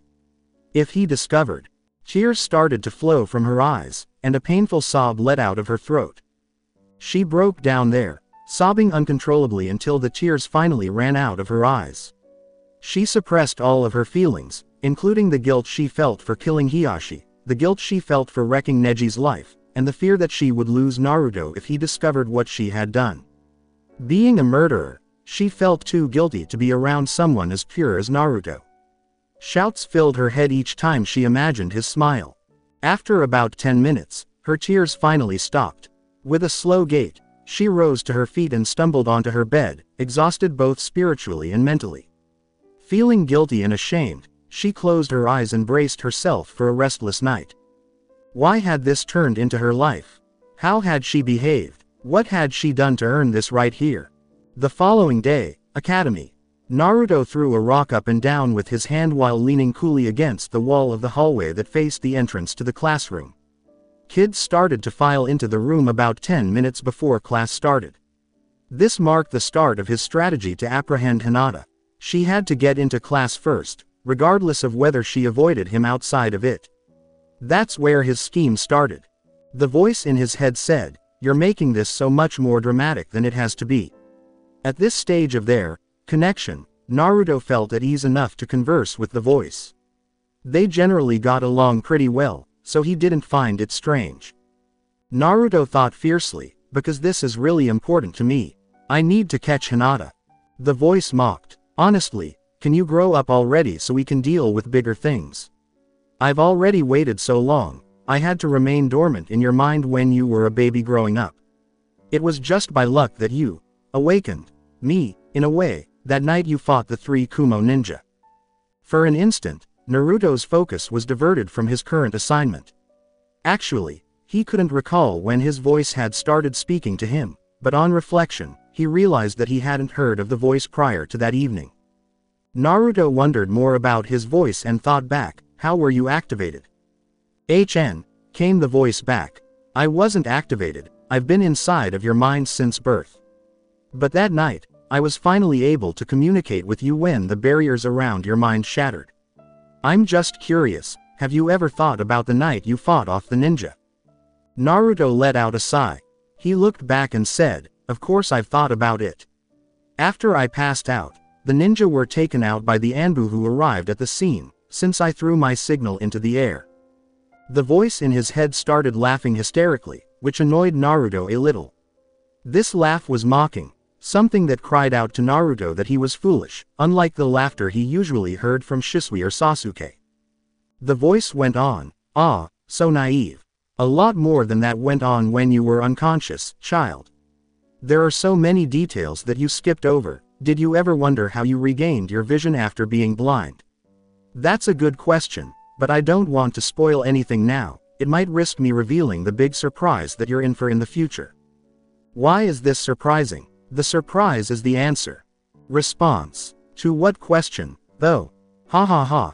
It's really good question that you should probably start thinking about sooner or later. Okay, so what? Why do you have a voice in your head? Naruto was surprised a little by that query. Of course, he had occasionally considered that question, but he never gave it much thought or brought it up to anyone. I'll tell you this. There is a reason as to why you are mistreated, or at least why you were, before you entered the Uchiha clan. I don't belong in here. We don't belong in here. This confused Naruto to no end. Was his voice really there, inside his head? Was that really feasible to accomplish? Why did the voice say that? Did he hear multiple voices in his head? Was there a chance that... Naruto's thoughts were abruptly returned to reality when he noticed Hinata moving silently down the hallway while a large group of people surrounded her. He squinted at her. Thankfully, she hadn't realized he was here. With the aid of his voice, he had come to the conclusion yesterday that the Hyuga clan was terrible. And the voice had never wronged him before, at least not up until that moment in his life, when he reached that conclusion. Never. He was aware of the Hyuga clan's bad behavior, but he was unaware of what they had done to Hinata. His blood boiled at the thought of Hinata being mistreated. His first impulse was to march into the compound right now and kick Hiyashi in the ass, telling everyone not to mistreat Hinata ever again, but the voice insisted that he needed to get all the information first. If Hinata then told him that she was being mistreated to the point where it was shattering her confidence, he turned his neck in an attempt to relax. Later, he would consider that. He had to be able to face Hinata right now. He caught the rock in his hand, pushed off the wall, and blended in perfectly with the group of children. Steadying through the current, he headed straight for Hinata. He would need roughly 3 seconds to get to her, 2 seconds, 1 second, etc. For a brief moment, Hinata was unaware that Naruto was in the hallway as he walked right past her. In that instant, Naruto's gaze focused on his intended victim. Hinata's eyes were down, staring into the small backpack she carried with her, so she didn't recognize him. As she was about to close it, Naruto's eyes grew wide, realizing he had a chance. When she was no longer looking, he removed the rock from his hand with ease and caution. The rock fit perfectly into her bag just before she zipped it up again. She tightened the bag and didn't even notice the new item inside until it was inside. In the instant that all of this happened, Naruto went by Hinata and kept walking with the other students, while Hinata turned to walk in the other direction. In his head, he grinned. His initial plan worked as intended. Moving on to the second section. Later on that day, as the final seconds of the excruciatingly long day ticked away, Naruto's gaze was fixed on the classroom clock. This would be his second strategy. It wasn't just any old stone that he had put into Hinata's bag. He had spent several minutes pouring a significant amount of his chakra into it. That was his plan for identifying Hinata. He would eventually corner her in this way. 5 seconds later, Hinata chose to sit in the front of the room, giving her an unfair advantage in the impending race. Naruto was irritated that he had to sit in the back. Usually, it was a race to see who could reach the Hyuga compound first. However, if Hinata defeated him, he would not be able to pursue her. She also always defeated him in some way. Naruto had to catch her first because he couldn't possibly find a shortcut to the Hyuga clan on his own. The guards at the front gate would undoubtedly throw him out if he tried to wait for her. Ring. Without any delay, Naruto leapt from his seat and descended to the front of the room. Although Hinata had already vanished, Naruto had not. He was fully aware of her location. He didn't notice the odd looks he was getting from everyone as he bounded out of the classroom, but he didn't really care. He kept running in the direction the stone was leading him once he was outside the school. Though he was nowhere near a chakra sensor type ninja, the familiarity of the chakra allowed him to sense it to some extent even though he had invested a great deal of his own chakra into the stone. Usually that's where he loses Hinata, running into the streets. But not right now. This specific intersection of streets led either straight ahead, left, or right. He felt his own chakra force moving forward in the stone, and he was about to face straight ahead when all of a sudden he stopped. If Hinata was moving forward, he should be able to see her because the stone containing his chakra wasn't that far away, and if he focused closely, he could see that it was moving almost at a walking pace. How come he couldn't see her? Rolling his shoulders, he let out a sigh. This was the point at which his third plan started to take shape. He had only intended for the first 2 parts to be included in the plan, but he had developed this third part with the voice's assistance. Seated cross-legged on the ground, Naruto closed his eyes as he focused. He was getting ready for his signature jutsu when his hands formed the basic tiger seal. Kawarimi.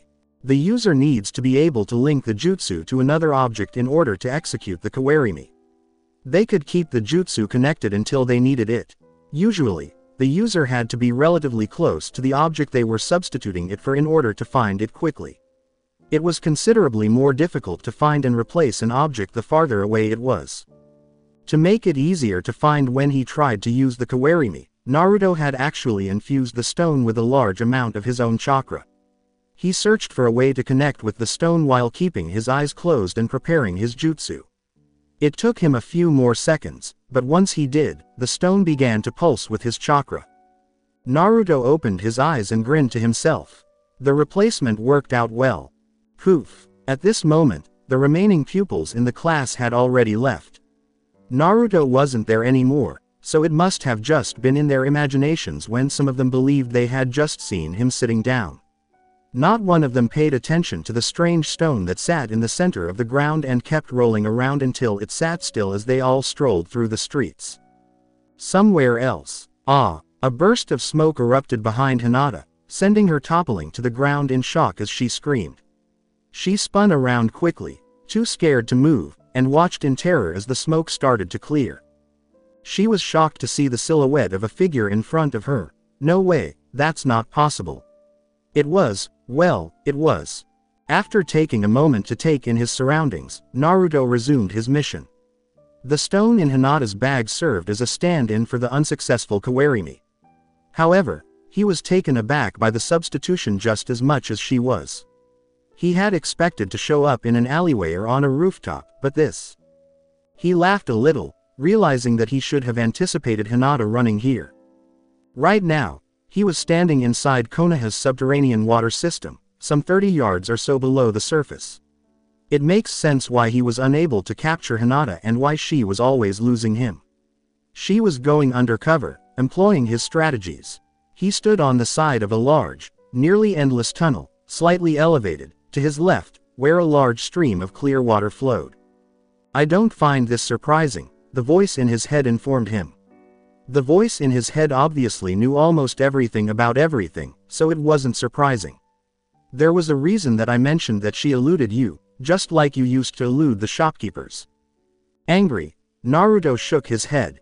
He didn't realize Hinata had really employed the same exact strategy, going underground, instead of viewing it as merely a means of expressing the idea. However, that was not really important to him, as long as he was now cornering her. At last, his gaze settled on the small girl in front of him, her dark brown eyes and long, smooth brown hair shaking like a leaf in apparent terror. Na Naruto. She stammered terribly, making Naruto wince a little at how difficult it was for her to pronounce his name. He let out a sigh, realizing that she continued to attempt to crawl away from him. Her perception was severely distorted. He had a genuine need to understand the happenings within the Hyuga clan while he was absent. He whispered to her, "Please." Hinata-chan, attempting to reassure her. He was shocked to find that the tactful approach had an effect and she ceased attempting to escape. The way she was staring up at him, he detested it. She looked so afraid that he could not stand it. He had a gut feeling that Hiashi had done her some terrible damage. His blood was boiling just thinking about it, but he forced himself to calm down by taking a deep breath. Hinata was scared enough as it was. He didn't need to make her more terrified. He approached her slowly and was about to assist her in standing up when he had a change of heart. Rather, he took a seat in front of her on the dusty ground and smiled at her, as usual. Hinata was frightened. Now that Naruto had finally caught up with her, he knew how she managed to get away from him.